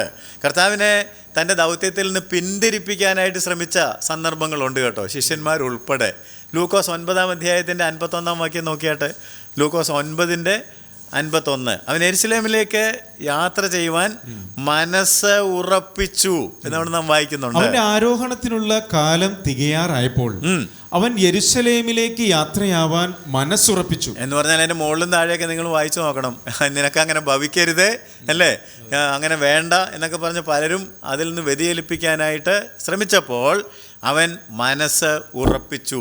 ഇത് പ്രവചനത്തിൽ പറഞ്ഞിരിക്കുന്ന he made his face like a flint, മോഹൻ തീക്കല്ല് പോലെ ആക്കിയെന്നാണ്. അപ്പം വളരെ നിശ്ചയദാർഢ്യത്തോടെ ലക്ഷ്യബോധത്തോടെ താൻ എന്തിനു വേണ്ടി ഇറങ്ങി വന്നോ അതിലേക്ക് നടന്നടുക്കുന്ന ഒരു കർത്താവിനെയാണ് നമുക്ക് കാണാൻ കഴിയുന്നത്. ഇത് കർത്താവ് പലർക്കും പറഞ്ഞു കൊടുത്തിട്ടുണ്ട് കേട്ടോ. നമുക്ക് മാർത്തയെ അറിയാമല്ലോ. ലൂക്കോസ് 10-ാം അധ്യായത്തിന്റെ 41-42 വാക്യങ്ങളൊന്ന് നോക്കിയേ. കർത്താവ് അവളോട്, മാർത്തേ മാർത്തേ, നീ പലതിനെ ചൊല്ലി വിചാരപ്പെട്ടും മനം കലങ്ങിയിരിക്കുന്നു. എന്നാൽ അല്പമേ വേണ്ടൂ, അല്ല ഒന്നു മതി. മറിയ നല്ല അംശം തിരഞ്ഞെടുത്തിരിക്കുന്നു, അത് ആരും അവളോട് അപഹരിക്കുകയുമില്ല. അപ്പൊ കർത്താവ് ചെയ്ത കാര്യം മറ്റനേകരും ചെയ്യാനായിട്ട് ആഗ്രഹിച്ചിട്ടാണ് പറഞ്ഞു കൊടുക്കുന്നത്. എനിക്ക് തോന്നുന്നു മാർത്തേ എന്ന് മാറ്റിയിട്ട് അവിടെ വർക്ക് ചെയ്യുന്ന പോലെ എഴുതായിരിക്കും അല്ലേ, അല്ലെങ്കിൽ മത്തായിയെ എൻ്റെ പേര് പറഞ്ഞാൽ പിന്നെ കുഴപ്പമില്ലല്ലോ. അവിടെ പേര് വെച്ചിട്ട് നമ്മളുടെ പേരൊക്കെ പറഞ്ഞിട്ട് നീ പലതിനെ ചൊല്ലി വിചാരപ്പെട്ടും മനം കലങ്ങിയും ഇരിക്കുന്നു. അതാണ് ഇന്നത്തെ പ്രശ്നം. സുവിശേഷം അറിയിക്കണം, സഭ സ്ഥാപിക്കണം, പ്രശ്നം പരിഹരിക്കണം, പണം കൊണ്ട് കൊടുക്കണം, ഉപദേശം കൊടുക്കണം, എഴുത്തെഴുതണം, പലതിനെ ചൊല്ലി മിനിസ്ട്രി പ്രോബ്ലംസ് ആണ് അല്ലേ. വിചാരപ്പെട്ടും മനം കലങ്ങിയും ഇരിക്കുന്നു. എന്നിട്ട് കർത്താവ് പറഞ്ഞു ഇല്ല, അതിൻ്റെ ഒന്നും ആവശ്യമില്ല, അല്പമേ വേണ്ടൂ, അല്ല ഒന്നു മതി. അതിനെക്കുറിച്ചാണ് ഞാൻ പറഞ്ഞുകൊണ്ടിരിക്കുന്നത്. വൺ തിങ് ഐ ഡു, ഒന്നു മതി. മറിയ നല്ല അംശം തിരഞ്ഞെടുത്തിരിക്കുന്നു, അതാരും അവളോട് അപഹരിക്കുകയുമില്ല. ദാവീദിനെ പരിചയമുണ്ടെങ്കിൽ 27-ാം സങ്കീർത്തനത്തിന് 4-ാം വാക്യം അറിയാമോ? ദാവീദ് പറയുകയാണ്, ദാവീദ് എന്തെല്ലാം കാര്യങ്ങൾ ചെയ്ത ആളാ. രാജഭരണം നടത്തി, യുദ്ധങ്ങൾ നടത്തി, സങ്കീർത്തനം രചിച്ചു ഇല്ലേ. അദ്ദേഹം പറയുകയാണ്, ഞാൻ യഹോവയോട് ഒരു കാര്യം അപേക്ഷിച്ചു, അത് തന്നെ ഞാൻ ആഗ്രഹിക്കുന്നു. യഹോവയുടെ ഒരു കാര്യം അപേക്ഷിച്ചു. ഒരു കാര്യം കണ്ടോ, അതാണ് ഞാൻ നിങ്ങളുടെ ശ്രദ്ധയ്ക്ക് ഒരു കാര്യം വായിച്ചോ. അത് തന്നെ ഞാൻ ആഗ്രഹിക്കുന്നു, യഹോവയുടെ മനോഹരത്വം കാണുവാനും അവന്റെ മന്ദിരത്തിൽ ധ്യാനിക്കുവാനും എന്റെ ആയുഷ്കാലം ഒക്കെയും ഞാൻ യഹോവയുടെ ആലയത്തിൽ പാർക്കേണ്ടതിനും തന്നെ. യഹോവയോട് ഒരു കാര്യം അപേക്ഷിച്ചു, അത് തന്നെ ഞാൻ ആഗ്രഹിക്കുന്നു. എന്താണത്? ഈ യുദ്ധം ചെയ്തപ്പോഴും ആലയം പണിതപ്പോഴും അല്ലേ, ഭരണം നടത്തിയപ്പോഴും സങ്കീർത്തനം എഴുതിയപ്പോഴും ഒക്കെ അദ്ദേഹം ചെയ്തത് ഒരൊറ്റ കാര്യമാണ്, യഹോവയുടെ മനോഹരത്വം കാണുവാൻ, അവൻ്റെ മന്ദിരത്തിൽ ധ്യാനിപ്പാൻ, ആയുഷ്കാലമൊക്കെ യഹോവയുടെ ആലയം എന്ന് പറഞ്ഞാൽ അവനോട് കൂടെ ഇരിക്കേണ്ടതിനായിട്ട്. അപ്പോൾ ഇങ്ങനെ ഒരു വൺ തിങ്, ഒരു കാര്യം നമ്മുടെയൊക്കെ ഉള്ളിൽ വേണ്ടതാണ്. നമുക്ക് തിരിച്ച് പൗലോസിലേക്ക് വരികയാണെന്നുണ്ടെങ്കിൽ നമുക്ക് വായിച്ച വാക്യത്തിലേക്ക് ഒന്നുകൂടെ വരാം. ഫിലിപ്പിയ ലേഖനം 3-ാം അധ്യായത്തിൻ്റെ 14-ാം വാക്യം. ഒന്ന് ഞാൻ ചെയ്യുന്നു, പിമ്പിലുള്ളത് മറന്നും മുമ്പിലുള്ളതിന് ആഞ്ഞും കൊണ്ട് ക്രിസ്തുയേശുവിൽ ദൈവത്തിന്റെ പരമവിളിയുടെ വിരുദിനായി ലാക്കിലേക്ക് ഓടുന്നു. ഇതിങ്ങനെ ഒരു സ്ഥലത്തൊന്നും അല്ല, പല സ്ഥലങ്ങളിൽ പറഞ്ഞിട്ടുണ്ട്. നമുക്ക് 1-2 വാക്യങ്ങളോട് വായിച്ചിട്ട് ആ വാക്യത്തിലേക്ക് തിരിച്ചു വരാം. 2 കൊരിന്ത്യ ലേഖനം 5-ാം അധ്യായത്തിൻ്റെ 9-ാം വാക്യത്തിൽ പറയുകയാണ്, അതുകൊണ്ട് ശരീരത്തിൽ വസിച്ചാലും ശരീരം വിട്ടാലും ഞങ്ങൾ അവനെ പ്രസാദിപ്പിക്കുന്നവരാകുവാൻ അഭിമാനിക്കുന്നു. അതുകൊണ്ട് ശരീരത്തിൽ വസിച്ചാലും ശരീരം വിട്ടാലും ഞങ്ങൾ അവനെ പ്രസാദിപ്പിക്കുന്നവരാകുവാൻ അഭിമാനിക്കുന്നു. അപ്പോൾ ഒരു ക്ലിയർ ഗോൾ ഉണ്ട് കണ്ടോ. ഞാൻ ജീവിച്ചിരുന്നാലും മരിച്ചാലും എനിക്ക് അവനെ പ്രസാദിപ്പിക്കണം. ചില ട്രാൻസ്ലേഷൻസൊക്കെ it is our ambition, it's our goal എന്ന് തന്നെ രേഖപ്പെടുത്തിയിട്ടുണ്ട്. അവനെ പ്രസാദിപ്പിക്കണം, അവന് വേണ്ടി ജീവിക്കണം എന്നുള്ളത് മാത്രമാണ്. ഇങ്ങനെ പല സന്ദർഭങ്ങളിലും പൗലോസിന് വ്യക്തതയുണ്ട്. 1 കൊരിന്ത്യ ലേഖനം 2:2 പ്രസംഗത്തിനൊരു അവസരം വന്നപ്പോൾ അദ്ദേഹം പറയുന്നത്, ക്രൂശിക്കപ്പെട്ടവനായ യേശുക്രിസ്തുവിനെ അല്ലാതെ, വായിക്കാം, ക്രൂശിക്കപ്പെട്ടവനായ യേശുക്രിസ്തുവിനെ അല്ലാതെ മറ്റൊന്നും അറിയാത്തവനായി നിങ്ങളുടെ ഇടയിൽ ഇരിക്കണമെന്ന് ഞാൻ നിർണയിച്ചു. അപ്പം പൗലോസിന് എന്തൊരു ക്ലാരിറ്റി ആണെന്നുള്ളത് നോക്കി. തൻ്റെ ലക്ഷ്യത്തെക്കുറിച്ച് യേശുവിന് ക്ലാരിറ്റി ഉണ്ട്, ദാവീദിന് ക്ലാരിറ്റി ഉണ്ട്, പൗലോസിന് ക്ലാരിറ്റി ഉണ്ട്. നമുക്കും അങ്ങനെ ഒരു ക്ലാരിറ്റി ആവശ്യമാണ്. ഫിലിപ്പി ലേഖനത്തിൽ നിന്നാണ് നാം ഇപ്പോൾ പ്രധാനമായിട്ട് ചിന്തിച്ചുകൊണ്ടിരിക്കുന്നത്. നമ്മൾ പൗലോസിൻ്റെ യാത്രകളെക്കുറിച്ചും ഒക്കെ പറഞ്ഞ കാര്യങ്ങളൊക്കെ ഓർമ്മയുണ്ടെങ്കിൽ നമുക്ക് പൗലോസിനെ കാണുമെന്ന് കിട്ടിയിരുന്നെങ്കിൽ പൗലോസിനോട്, why are you travelling too much, നിങ്ങൾ എന്തിനാണ് ഇത്ര അധികം യാത്രകൾ ചെയ്യുന്നതെന്ന് ചോദിച്ചാൽ അദ്ദേഹത്തിൻ്റെ മറുപടി എന്തായിരിക്കും? എനിക്ക് സ്ഥലങ്ങളെല്ലാം കാണാനായിട്ട് ഞാൻ നടക്കുകയാണ് എന്നാണോ അദ്ദേഹം പറയുന്നത്? അല്ല, ഐ ട്രാവൽ ഫോർ ക്രൈസ്റ്റ്, ഞാൻ സഞ്ചരിക്കുന്നത് ക്രിസ്തുവിന് വേണ്ടിയാണ്. നിങ്ങൾ എന്തിനാണ് ഇത്രയധികം കഷ്ടത അനുഭവിക്കുന്നത് ചോദിച്ചാൽ അദ്ദേഹം പറയും, ക്രിസ്തു നിമിത്തം. It is because of Christ. തൻ്റെ യാത്രകൾ കർത്താവ് നിമിത്തം, തൻ്റെ കഷ്ടതകൾ ക്രിസ്തു നിമിത്തം. പൗലോസ് സംസാരിക്കുകയാണെങ്കിൽ അദ്ദേഹത്തിൻ്റെ സംസാര വിഷയം ക്രിസ്തു. അദ്ദേഹം എഴുതുകയാണെങ്കിൽ ആ എഴുത്തിൽ പ്രധാനപ്പെട്ട വിഷയം ക്രിസ്തു. അപ്പം യാത്രകളിലാകട്ടെ, കഷ്ടതയിലാകട്ടെ, പ്രസംഗത്തിലാകട്ടെ, എഴുത്തിലാകട്ടെ ഒക്കെ നിറഞ്ഞു നിൽക്കുന്നത് ക്രിസ്തു. നമ്മൾ ഫിലിപ്പി ലേഖനമാണ് പരിശോധിച്ച് തുടങ്ങിയത്. അവിടെ നിന്നാണ് ഒരു വാക്യം എടുത്തത്. നിങ്ങൾ ഫിലിപ്പി ലേഖനം 4 അധ്യായങ്ങളേ ഉള്ളൂ. അത് ആകമാനം വായിക്കുകയാണെന്നുണ്ടെങ്കിൽ 40 പ്രാവശ്യം ക്രിസ്തു എന്നുള്ള പ്രയോഗം നിങ്ങൾക്ക് കാണാം.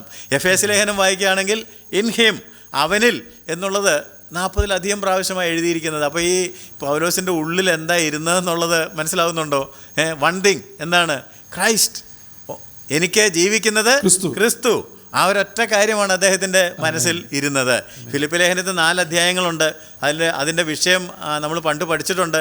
അതൊന്ന് തിരിച്ചു നോക്കുകയാണെങ്കിൽ 1:21 പറഞ്ഞു എനിക്ക് ജീവിക്കുന്നത് ക്രിസ്തു, 2:5 പറഞ്ഞു ക്രിസ്തു യേശുവിലുള്ള ഭാവം തന്നെ നിങ്ങളിലും ഉണ്ടായിരിക്കട്ടെ, 3:9 പറഞ്ഞു ഞാൻ ക്രിസ്തുവിനെ നേടേണ്ടതിന് അവനിൽ ഇരിക്കേണ്ടതിന്, 4:13 പറഞ്ഞു എന്നെ ശക്തനാക്കുന്നവൻ മുഖാന്തരം ഞാൻ സകലത്തിനും മതിയാകുന്നു. അപ്പോൾ എല്ലാ അധ്യായത്തിലും ക്രിസ്തുവാണ് കേട്ടോ. അതുകൊണ്ട് the one thing for Paul is Jesus Christ, അല്ലേ? അപ്പോസ്തലനായ പൗലോസിൻ്റെ ഒന്ന് ഞാൻ ചെയ്യുന്നു, 1 എന്ന് പറയുന്നത് കർത്താവായ യേശു ക്രിസ്തു ആണ്.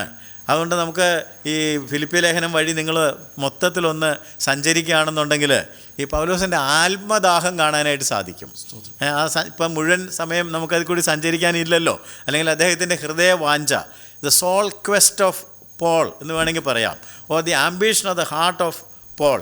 പൗലോസിൻ്റെ ഹൃദയത്തിൻ്റെ ആഗ്രഹം, ഹൃദയത്തിൻ്റെ വാഞ്ച എന്താണെന്നുള്ളത് നമുക്ക് കാണാം. നമ്മൾ വായിച്ച ഭാഗം എന്ന് പറഞ്ഞാൽ ഫിലിപ്പി ലേഖനം 3-ാം അധ്യായത്തിൻ്റെ 7 മുതൽ 14 വരെയുള്ള വാക്യങ്ങളാണ്.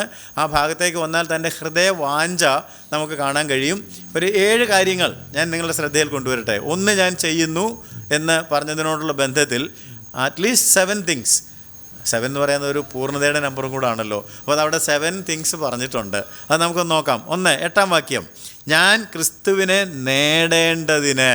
9-ാം വാക്യം ക്രിസ്തുവിനെ നേടേണ്ടതിന്. ഞാൻ ക്രിസ്തുവിനെ, 9-ാം വാക്യമാണ്, ഞാൻ ക്രിസ്തുവിനെ നേടേണ്ടതിന്. That I may win Christ. മനസ്സിലായോ? That I may win Christ. നിങ്ങളൊന്ന് ചിന്തിച്ച് നോക്കിയേ. ക്രിസ്തു പൗലോസിനെ നേടി, അങ്ങനെയല്ലേ നമ്മൾ പറയുന്നത്? ക്രിസ്തു ആരെ നേടി?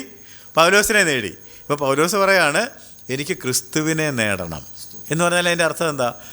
ഞാൻ ക്രിസ്തു എന്നെ പിടിച്ചപ്പോഴാണ് ക്രിസ്തു ആരാണെന്നുള്ളത് ഞാൻ മനസ്സിലാക്കി. അതുവരെ ഞാൻ മനസ്സിലാക്കിയില്ലായിരുന്നു.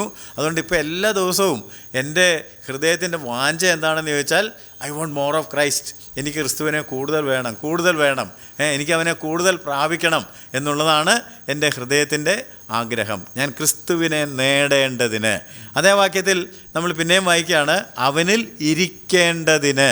9-ാം വാക്യത്തിൽ തന്നെ നോക്കിയാട്ടെ, ഞാൻ ക്രിസ്തുവിനെ നേടേണ്ടതിനും ന്യായപ്രമാണത്തിൽ നിന്നുള്ള എൻ്റെ സ്വന്തം നീതിയല്ല, ക്രിസ്തുവിങ്കലുള്ള വിശ്വാസം മൂലം ദൈവം വിശ്വസിക്കുന്നവർക്ക് നൽകുന്ന നീതി തന്നെ ലഭിച്ച് അവനിൽ ഇരിക്കേണ്ടതിന്. that I may be found in him blameless and complete എന്ന് പറഞ്ഞാൽ ഈ ക്രിസ്തുവിനെ നേടി ക്രിസ്തുവിൻ്റെ കൂടെ വന്ന ആളുകൾക്കൊക്കെ പിന്നെ ക്രിസ്തുവിലിരിക്കാൻ നേരമില്ല. ഞാൻ പറഞ്ഞല്ലോ ഇങ്ങനെ യാത്രയും മറ്റു പരിപാടികളൊക്കെ ആണല്ലോ. അതുകൊണ്ട് ക്രിസ്തുവിലിരിക്കാൻ നേരമില്ല. അവർ സ്വന്തം കാഴ്ചപ്രകാരം സ്വന്തം നീതിയൊക്കെ സ്ഥാപിച്ച് സ്വന്തം വഴിക്കങ്ങ് പോവുകയാണ്. എന്നാൽ പൗലോസ് പറയുന്നത് അങ്ങനെ ഒരു ഡേഞ്ചർ ഉണ്ടെന്ന് എനിക്കറിയാം. ഞാൻ നേരത്തെ പറഞ്ഞല്ലോ ലക്ഷ്യം തെറ്റിക്കുന്ന പിശാചിൻ്റെ തന്ത്രം ഉണ്ടെന്നറിയാം. അതുകൊണ്ട് എൻ്റെ സ്വന്തം കാഴ്ചപ്പാടല്ല, എൻ്റെ സ്വന്തം നീതിയല്ല, വിശ്വാസനീതി തന്നെ ലഭിച്ച് അവനിൽ കുറ്റമില്ലാത്തവനും തികഞ്ഞവനുമായി ഇരിക്കണം എന്ന് ഞാൻ ആഗ്രഹിക്കുകയാണ്. Blameless and complete I may be found in him. അല്ലേ? എനിക്ക് ക്രിസ്തുവിനെ നേടണം, എനിക്ക് അവനിൽ ഇരിക്കണം. 3-ാമതായിട്ട് 10-11 വാക്യങ്ങളിൽ അവനെ അറിയണം. 10-ാം വാക്യത്തിൽ അവനെയും എന്നൊരു പ്രയോഗമുണ്ട്. അവനെയും അവന്റെ മരണത്തോട് അനുരൂപപ്പെട്ടിട്ട് അവനെയും. ഇപ്പം ഇംഗ്ലീഷ് ബൈബിളിൽ നിങ്ങൾ നോക്കിയാൽ knowing him, that I may know him.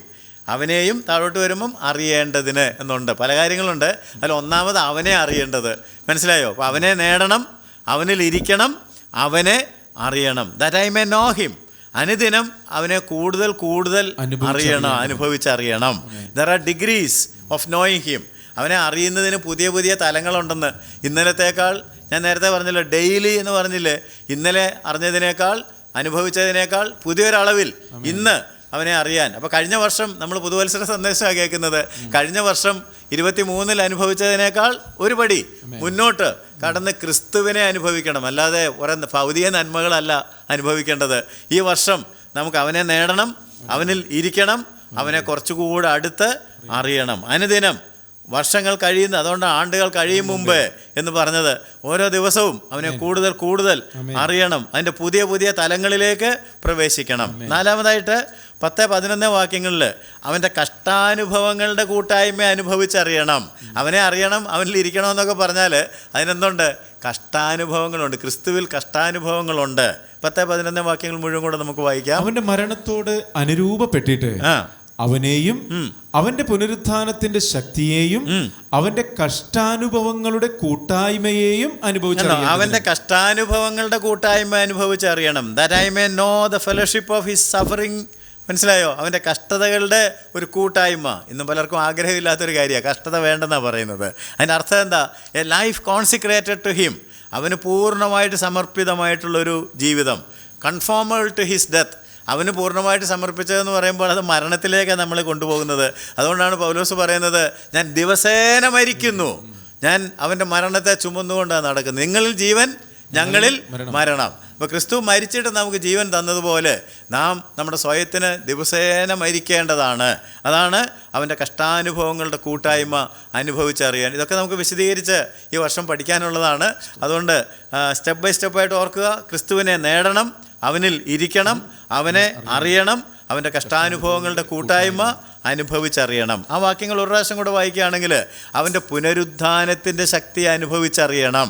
അവൻ്റെ മരണത്തോട് അനുരൂപപ്പെട്ടിട്ട് അവനെയും അവൻ്റെ പുനരുത്ഥാനത്തിൻ്റെ ശക്തിയെയും, അവൻ്റെ പുനരുത്ഥാനത്തിൻ്റെ ശക്തി അനുഭവിച്ചറിയണം. അവൻ്റെ പുനരുത്ഥാനത്തിൻ്റെ ശക്തി അനുഭവിച്ചറിയണം. That I may know the power of his resurrection. അവൻ്റെ പുനരുത്ഥാനത്തിൻ്റെ ശക്തി എനിക്ക് അനുഭവിച്ചറിയണം എന്നുള്ളതാണ് the one thing. Power of the gospel is the risen Christ. അല്ലേ? സുവിശേഷത്തിൻ്റെ ശക്തി എന്ന് പറയുന്നത് ഉയർത്തെഴുന്നേറ്റ കർത്താവായ യേശു ക്രിസ്തുവാണ്. അപ്പോസ്തലൻ പറഞ്ഞല്ലോ, 1 കൊരിന്ത്യർ ലേഖനം 15:14-17 വാക്യങ്ങളിൽ, അവൻ ഉയർത്തെഴുന്നേറ്റിട്ടില്ലെങ്കിൽ ഞങ്ങളുടെ പ്രസംഗം വ്യർത്ഥം, നിങ്ങളുടെ വിശ്വാസം വ്യർത്ഥം. അപ്പം സുവിശേഷത്തിൻ്റെ ശക്തി ഇരിക്കുന്നത് യേശു ക്രിസ്തു ഉയർത്തെഴുന്നേറ്റു, ഇന്നും ജീവിക്കുന്നു എന്നുള്ളതാണ്. ഉയർത്തെഴുന്നേറ്റിട്ടില്ലെങ്കിൽ ഞങ്ങളുടെ പ്രസംഗം വ്യർത്ഥം, നിങ്ങളുടെ വിശ്വാസവും വ്യർത്ഥം. ഈ ഉയർപ്പിലാണ് സുവിശേഷത്തിന്റെ ശക്തി മുഴുവൻ ഇരിക്കുന്നത്. എനിക്ക് ആ പുനരുത്ഥാനത്തിന്റെ ശക്തി അനുഭവിച്ച് അറിയണം. 12-ാം വാക്യത്തിൽ വീണ്ടും നാം വായിക്കുകയാണ്, ലഭിച്ചു കഴിഞ്ഞുവെന്നോ തികഞ്ഞവനായി എന്നോ അല്ല, ഞാൻ ക്രിസ്തുയേശുവിനാൽ പിടിക്കപ്പെട്ടിരിക്കുന്നത് കൊണ്ട്, ഞാൻ ക്രിസ്തുയേശുവിനാൽ പിടിക്കപ്പെട്ടിരിക്കുന്നത് കൊണ്ട് എനിക്കും അത് പിടിക്കാമോ എന്ന് വെച്ച് പിന്തുടരുന്നതേ. അത് പിടിക്കാമോ എന്ന് പറഞ്ഞാൽ അവനെ പിടിക്കാമോ എന്നാ കേട്ടോ. അവൻ എന്നെ പിടിച്ചിരിക്കുന്നത് കൊണ്ട് എനിക്ക് അവനൊപ്പം ചെല്ലാനായിട്ട് അവനെ പിടിക്കാമോ എന്ന് പറഞ്ഞാൽ അവനെ പോലെ ഒന്ന് ആകാൻ പറ്റുമോ? That I may apprehend that for which also I am apprehended. അവൻ എന്നെ പിടിച്ചു. എന്തിനു വേണ്ടിയാണോ എന്നെ അവൻ പിടിച്ചത്? ആ ലക്ഷ്യത്തിൽ എത്തിച്ചേരാനായിട്ട്. ക്രിസ്തുവിൻ്റെ ലക്ഷ്യം എന്തായിരുന്നു? എന്നെ പിടിച്ചെടുത്തപ്പോൾ എന്തായിരുന്നു അവൻ്റെ ലക്ഷ്യം? എന്നെ അവനെ പോലെ ആക്കണമെന്നുള്ളതായിരുന്നു. അല്ലേ? അവൻ്റെ സ്വരൂപത്തോട് അനുരൂപപ്പെടുത്തണം. അപ്പോൾ ആ ലക്ഷ്യത്തിൽ എനിക്ക് എത്തിച്ചേരണം. ഞാൻ അവനെ പിടിക്കാൻ നടക്കുക. ഞാൻ സുവിശേഷം പ്രസംഗിക്കുന്നുണ്ട്, ഞാൻ ഒരുപാട് കാര്യങ്ങൾ ചെയ്യുന്നുണ്ട്. പക്ഷേ the one thing that I am concerned about is I want to apprehend that thing which apprehended me. എന്നെ പിടിച്ചത് എന്താണോ അതെനിക്ക് പിടിക്കണം എന്നുള്ളതാണ് എൻ്റെ ആഗ്രഹം. 6 കാര്യങ്ങൾ ഞാൻ നിങ്ങളോട് പറഞ്ഞു. 7-ാമതായിട്ട് 14-ാം വാക്യത്തിൽ, പരമവിളിയുടെ വിരുദിനായി ലാക്കിലേക്ക് ഓടുന്നു. പരമവിളിയുടെ വിരുദിനായി ലാക്കിലേക്ക് ഓടുന്നു. വിരുദ് എന്നുള്ളതാണ്. That I may gain the prize of the high calling of God in Christ Jesus. അതായത് എനിക്ക് ഒരു വിരുദുണ്ട്, എനിക്കൊരു പ്രൈസ് ഉണ്ട്. അപ്പോൾ അത് കിട്ടുന്നതിനായിട്ട് ഒരു സമ്മാനം വെച്ചിട്ടുണ്ടെന്ന്, ഒരു ലക്ഷ്യമുണ്ട്. അപ്പോൾ ലക്ഷ്യത്തിലെത്തിയാൽ ഒരു സമ്മാനമുണ്ട്. അതെന്താണ്? നഷ്ടപ്പെട്ട തേജസ്, ക്രിസ്തുവിനെ പോലെ ആയിത്തീരുന്ന ഒരു അനുഭവം അവിടെ എത്തിച്ച്. അപ്പോൾ 7 കാര്യങ്ങൾ ഞാൻ നിങ്ങളോട് പറഞ്ഞു. ഞാൻ ക്രിസ്തുവിനെ നേടേണ്ടതിന്, അവനിൽ ഇരിക്കേണ്ടതിന്, അവനെ അറിയേണ്ടതിന്, അവൻ്റെ കഷ്ടാനുഭവങ്ങളുടെ കൂട്ടായ്മ അനുഭവിച്ചറിയുവാൻ, അവൻ്റെ പുനരുത്ഥാനത്തിൻ്റെ ശക്തി അനുഭവിച്ചറിയാൻ, എനിക്ക് എന്നെ പിടിച്ചവനെ പിടിക്കാമോ എന്ന് വെച്ച് പിന്തുടരുന്നു. ഞാൻ പരമവിളിയുടെ വിരുദിനായി ലാക്കിലേക്ക് ഓടുന്നു. നമുക്ക് ഈ വർഷം ഓരോന്നോരോന്ന് പഠിക്കാൻ സമയം കിട്ടുകയാണെങ്കിൽ വിശദീകരിക്കാവുന്നതാണ്. ഈ ഒരു ആഗ്രഹമാണ് പൗലോസിൻ്റെ ഉള്ളിൽ ഇരിക്കുന്നത്. ഇംഗ്ലീഷിൽ പറയുകയാണെങ്കിൽ, that I may win Christ, that I may found in him, that I may know him, that I may know the fellowship of his suffering, that I may know the power of his resurrection, that I may apprehend that for which also I am apprehended, that I may gain the prize of the high calling of God in Christ Jesus. അല്ലെങ്കിൽ ചുരുക്കം പറഞ്ഞാൽ all because of him. എല്ലാം ക്രിസ്തു, എല്ലാം അവൻ നിമിത്തം എന്നുള്ളതാണ് പൗലോസിന് പറയാനായിട്ടുള്ളത്. ഒരു അത്ലറ്റിക് ടൈമാകട്ടോ. അതായത് ഒരു കായിക താരത്തിൻ്റെ ലക്ഷ്യം എന്താണെന്ന് ചോദിച്ചാൽ ട്രെയിനിങ്, ഡിസിപ്ലിനിങ്, ലക്ഷ്യം ഒക്കെ എന്തിനാണ് മനസ്സൊക്കെ ഉറപ്പിച്ച് അങ്ങനെ പോകുന്നതെന്ന് ചോദിച്ചാൽ എനിക്ക് ആ പ്രൈസ് കിട്ടണം, ആ ഗോൾഡ് മെഡൽ കിട്ടണം. ഈ ഒരു ആഗ്രഹം പൗലോസിൻ്റെ ഉള്ളിലുണ്ട്. This is actually A question of priority. നമ്മുടെ ഉള്ളിൽ മുൻഗണന എന്ന് പറയുന്നൊരു പ്രധാന കാര്യം ഇവിടെ ഉണ്ട്, അല്ലേ? മുമ്പേ അവൻ്റെ രാജ്യവും നീതിയും. മുമ്പേ ഒന്നാമത് ഞാൻ എന്തിനാണ് പ്രാധാന്യം കൊടുക്കുന്നത് എന്നുള്ളത് ഏറ്റവും പ്രധാനപ്പെട്ടൊരു കാര്യമാണ് എന്ന് ഓർക്കുക. നമ്മുടെ കർത്താവായ യേശു ക്രിസ്തു നമുക്ക് കാണിച്ചു തന്നൊരു മാതൃക ഞാൻ വീണ്ടും നിങ്ങളെ ഓർമ്മപ്പെടുത്തുകയാണ്. നമ്മൾ തുടക്കത്തിൽ പറഞ്ഞല്ലോ, ഞങ്ങൾക്കും കർത്താവിനും അനുകാരികളാകുവിൻ എന്ന് പറഞ്ഞത് ഓർമ്മയുണ്ടാകുമല്ലോ. അപ്പോൾ യേശു 12 വയസ്സുള്ള സമയത്ത് തന്നെ നമ്മളോട് പറഞ്ഞൊരു കാര്യം ലൂക്കോസ് 2-ാം അധ്യായത്തിൻ്റെ 49-ാം വാക്യത്തിൽ നാം കാണുന്നത്, എൻ്റെ പിതാവിനുള്ളതിൽ ഞാൻ ഇരിക്കേണ്ടതല്ലയോ. നിങ്ങളെന്തിനാ എന്നെ അന്വേഷിച്ച് വന്നതെന്നാണ് ചോദിച്ചത് അല്ലേ? നിങ്ങളുടെ കൺസേൺ എനിക്ക് മനസ്സിലാകുന്നു. പക്ഷേ എൻ്റെ ലക്ഷ്യം, എൻ്റെ ഗോൾ എന്താണെന്നുള്ളത് ക്ലിയറായിട്ട് 12-ാം വയസ്സിൽ തന്നെ യേശുവിന് അറിയാമായിരുന്നു. യേശു പറഞ്ഞല്ലോ 2:49 ലൂക്കോസ്, എന്നെ തിരഞ്ഞതെന്തിന് എൻ്റെ പിതാവിനുള്ളതിൽ ഞാൻ ഇരിക്കേണ്ടതെന്ന് നിങ്ങൾ അറിയുന്നില്ലേ? എൻ്റെ പിതാവിനുള്ളതിൽ ഞാൻ ഇരിക്കേണ്ടത് അറിയുന്നില്ലേ എന്നാണ് ചോദിച്ചത്. യോഹന്നാൻ 5-ാം അധ്യായത്തിൻ്റെ 30-ാം വാക്യത്തിൽ, എനിക്ക് സ്വതവേ ഒന്നും ചെയ്യാൻ കഴിയുന്നതല്ല, ഞാൻ എൻ്റെ ഇഷ്ടമല്ല എന്നെ അയച്ചവന്റെ ഇഷ്ടം അത്രേ ചെയ്യുവാൻ ഇച്ഛിക്കുന്നത്. എനിക്ക് സ്വതവേ ഒന്നും ചെയ്യുവാൻ കഴിയുന്നതല്ല, ഞാൻ കേൾക്കുന്നത് പോലെയല്ല ന്യായം വിധിക്കുന്നു. ഞാൻ എൻ്റെ ഇഷ്ടമല്ല എന്നെ അയച്ചവന്റെ ഇഷ്ടം അത്രേ ചെയ്യുവാൻ ഇച്ഛിക്കുന്നത് കൊണ്ട്. അപ്പൊ ഈ മാതൃക യേശു കാണിച്ചു തരുന്നത് നോക്കി. 6:38 വായിച്ചേ, യോഹന്നാൻ 6:38. ഞാൻ എൻ്റെ ഇഷ്ടമല്ല എന്നെ അയച്ചവന്റെ ഇഷ്ടം അത്രേ ചെയ്യുവാൻ. ദ വൺ തിങ്, മനസ്സിലായോ? 6:38. ഞാൻ എൻ്റെ ഇഷ്ടമല്ല എന്നെ അയച്ചവന്റെ ഇഷ്ടം അത്ര ചെയ്യുവാൻ സ്വർഗത്തിൽ നിന്ന് ഇറങ്ങി വന്നിരിക്കുന്നത്. 7:16 പറയാണ്, എൻ്റെ ഉപദേശം എൻ്റേതല്ല, എൻ്റെ ഉപദേശം എന്നെ അയച്ചവൻ്റേത് അത്രേ. ഇങ്ങനെ റിപ്പീറ്റഡ് ആയിട്ട് ഈ കാര്യം വരുന്നുണ്ട്. എൻ്റെ ഉപദേശം എൻ്റേതല്ല, എന്നെ അയച്ചവൻ്റേത് അത്രേ. 8:29 അറിയാമല്ലോ, എന്നെ അയച്ചവൻ എന്നോട് കൂടെ ഉണ്ട്, ഞാൻ എപ്പോഴും അവന് പ്രസാദമുള്ളത് ചെയ്യുന്നത് കൊണ്ട് അവൻ എന്നെ ഏകനായി വിട്ടിട്ടില്ല. എന്നെ അയച്ചവൻ എന്നോട് കൂടെയുണ്ട്, ഞാൻ എല്ലായ്പ്പോഴും അവന് പ്രസാദമുള്ളത് ചെയ്യുന്നത് കൊണ്ട് അവൻ എന്നെ ഏകനായി വിട്ടിട്ടില്ല. അപ്പൊ എൻ്റെ ചുരുക്കം എന്താ വെച്ചാൽ, Jesus Christ was always full of the father. പിതാവിൽ തന്നെ പിതാവും പുത്രനും കൂടെ ഒരുമിച്ചിരിക്കാൻ ശ്രമിച്ചതുപോലെ പൗലോസ് യേശുവിൻ്റെ കൂടെ ഇരിക്കാനായിട്ട്. കാരണം യേശു പഠിപ്പിച്ചിട്ടുണ്ടായിരുന്നു, എന്നെ പിരിഞ്ഞ് നിങ്ങൾക്ക് ഒന്നും ചെയ്യുവാൻ കഴിയുകയില്ല. യോഹന്നാൻ 15:5 എന്നെ പിരിഞ്ഞ്. അപ്പോൾ പൗലോസിൻ്റെ വൺ തിങ് എന്ന് പറയുന്നത് യേശുവിനെ പിരിയാതെ യേശുവിൻ്റെ കൂടെ ഈ പ്രവൃത്തികളുടെയൊക്കെ നടുവിൽ പിരിഞ്ഞു പോകാൻ കേട്ടോ. നമ്മൾ ഒരുപാട് പ്രവർത്തനങ്ങളിലേക്കൊക്കെ മാറുമ്പോൾ ക്രിസ്തുവിൽ നിന്ന് അകന്നു പോകാനുള്ളൊരു സാധ്യത ഉള്ളതുകൊണ്ട് what was the one thing that he wanted to do? അവൻ യേശുവിനെ പിരിയാതെ, അല്ലേ? അവനെ പിരിഞ്ഞ് നിങ്ങൾക്കൊന്നും ചെയ്യുവാൻ കഴിയുകയില്ല. അതുകൊണ്ട് അവനെ പിരിയാതെ ഇരിക്കാൻ, അവനെ നേടാൻ, അവനിൽ ഇരിക്കാൻ, അവനെ അറിയാൻ, അവൻ്റെ കഷ്ടാനുഭവങ്ങൾ, പുനരുദ്ധാനം ഒക്കെ അനുഭവിച്ചറിയാനായിട്ട്, ക്രിസ്തുവിനാൽ നിറഞ്ഞിരിക്കുന്നതിനായിട്ട് പൗലോസ് ചിന്തിച്ചു, ആഗ്രഹിച്ചു.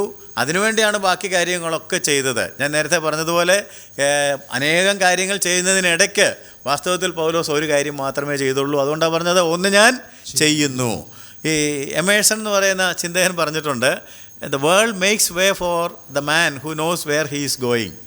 ഈ ലോകം ആർക്ക് വേണ്ടിയാണ് വഴിമാറുന്നത്? എവിടേക്ക് പോകുന്നു എന്ന് നിശ്ചയമുള്ള ആൾക്ക് വേണ്ടി ലോകം വഴിമാറും. നമുക്ക് എങ്ങോട്ടാണ് പോകുന്നതെന്ന് യാതൊരു നിശ്ചയവും ഇല്ലെങ്കിൽ നമുക്ക് വേണ്ടി ആരും വഴിമാറുകയില്ല. നമ്മൾ വഴി ഉണ്ടാക്കാൻ കിടന്ന് വിഷമിക്കേണ്ടി വരും. പക്ഷേ ചില ആളുകളുടെ സഞ്ചാരവും പോക്കും കണ്ടാൽ നമുക്കറിയാം അവരെങ്ങോട്ടാണ് പോകുന്നതെന്ന് അവർക്ക് നല്ല നിശ്ചയമുണ്ട്. ലോകം അവർക്ക് വേണ്ടി വഴിമാറും. നമുക്കങ്ങനെ ഒരു നിശ്ചയം വേണം. എഡിസനെ കുറിച്ച് നിങ്ങൾ കേട്ടിട്ടുണ്ടാവും. എഡിസൺ ഇങ്ങനെ ഒരിക്കൽ പറഞ്ഞു, people do it about A great many things, I do it about one, that is A secret. ആളുകൾ അനേകം കാര്യങ്ങൾ ചെയ്യാനായിട്ട് ശ്രമിക്കുന്നു, ചുക്കില്ലാത്ത കഷായമില്ലെന്ന് പറഞ്ഞതുപോലെ എല്ലാത്തിലും ചെന്ന് തലയിടാനായിട്ട് ശ്രമിക്കുന്നു, ഞാൻ ഒന്നു മാത്രം ചെയ്യുന്നു. അങ്ങനെ ഇപ്പോൾ ജീവിതത്തിൽ വിജയം കൊയ്ത ബൈബിളിലുള്ള ആളുകൾ മാത്രമല്ല, അല്ലാത്ത ആളുകളും പറയുന്നുണ്ട്, എൻ്റെ പ്രവർത്തനത്തിൻ്റെ വലിയ രഹസ്യം എന്താണെന്ന് ചോദിച്ചാൽ, ആളുകളെല്ലാം ചെയ്യാൻ ശ്രമിക്കുന്നു, ഞാൻ ഒരു കാര്യം മാത്രം ചെയ്യാൻ ശ്രമിക്കുന്നു. ആ കാര്യത്തിൽ അദ്ദേഹം എത്തിച്ചേർന്നു. അതുകൊണ്ട് നമുക്കങ്ങനെ ഈ വിജയം എന്ന് പറയുന്നത് വാസ്തവത്തിൽ എങ്ങനെ ലഭിക്കുന്നത്? അതിൻ്റെ പ്രശ്നം എന്താണെന്ന് ചോദിച്ചാൽ, the trouble lies in the fact that people do not have one object. ആളുകൾക്ക് ഒരു ലക്ഷ്യം ഇല്ല. One thing to which they have to stick. ഒരെണ്ണം മാത്രം പിടിച്ചു വെക്കുക, ബാക്കിയൊക്കെ പോട്ടെ എന്ന് വെക്കണം. അപ്പം അങ്ങനെയാണ് നമ്മൾ പിടിക്കേണ്ടത്. എന്താ? ഞാൻ പിടിക്കാൻ ആഗ്രഹിക്കുന്ന പോലെ ക്രിസ്തു, അവൻ എന്നെ പിടിച്ചു, എനിക്ക് അവനെ പിടിക്കണം. അവനെ വിട്ടിട്ട് ഒരു പരിപാടിയില്ല. അവനോട് ക്ലിങ്ങിങ് ഓൺ. കർത്താവായ യേശു ക്രിസ്തു ഈ പർവ്വത പ്രസംഗം സമാഹരിച്ച സമയത്ത് പറഞ്ഞൊരു കാര്യം പരിശോധിക്കണം കേട്ടോ. മത്തായി 7-ാം അധ്യായത്തിൻ്റെ 21 മുതൽ 23 വരെ, എന്നോട് കർത്താവേ കർത്താവേ എന്ന് പറയുന്നവനേവനുമല്ല. അങ്ങനെ ഒത്തിരി പേരുണ്ട്. കർത്താവേ കർത്താവേ എന്ന് പറയുന്നു, ഒരുപാട് പ്രവർത്തിക്കുന്നു, പ്രവചിക്കുന്നു, വീര്യപ്രവൃത്തികൾ ചെയ്യുന്നു, അല്ലേ?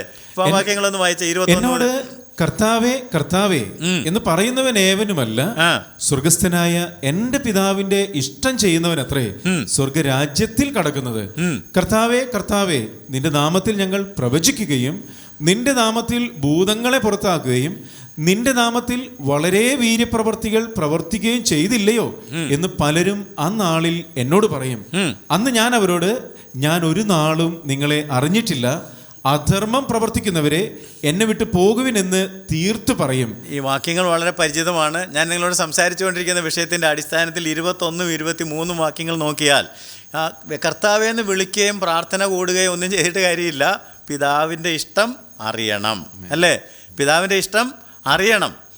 23 വാക്യത്തിൽ പറഞ്ഞത്, നമ്മൾ ഒരുപാട് പ്രവചിച്ചു, വീര്യപ്രവൃത്തികൾ ചെയ്തൊന്നും കാര്യമില്ല, യേശുവിനെ അറിയണം. ഞാൻ നിങ്ങളെ ഒരു നാളും അറിഞ്ഞിട്ടില്ല. യേശുവിനെ അറിയാതെയും ഈ പരിപാടികളൊക്കെ നടത്താം.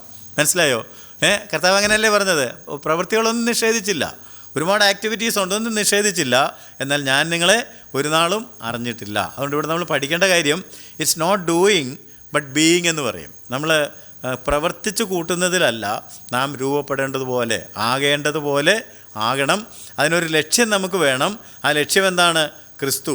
ക്രിസ്തു എന്നെ പിടിച്ചു, എനിക്ക് അവനെ പിടിക്കണം, അവനെ പോലെ ആകണം, അവനിലിരിക്കണം, അവനെ അറിയണം. അതുകൊണ്ട് ഞാൻ നിങ്ങളോട് ചോദിക്കുന്നു, do you know where you are going? നിങ്ങൾ എങ്ങോട്ടാണ് പോകുന്നത് നിങ്ങൾക്ക് അറിയാമോ? നിങ്ങൾക്ക് അങ്ങനെ ഒരു വ്യക്തമായിട്ടുള്ള ലക്ഷ്യമുണ്ടോ? മിക്കവാറും ഈ പുതിയൊരു അവസരത്തിൽ നിങ്ങൾക്ക് ചിന്തിക്കാൻ കൊള്ളാവുന്നൊരു കാര്യമാണ്, ഞാൻ എങ്ങോട്ടാണ് പോകുന്നത്, എൻ്റെ ലക്ഷ്യം എന്താണ്? എങ്ങോട്ടാണ് പോകുന്നത് ചോദിക്കുമ്പോൾ പലരും പറയും, പിന്നെ എനിക്കറിയാം, ഞാൻ സ്വർഗത്തിലേക്കാണ് പോകുന്നത്.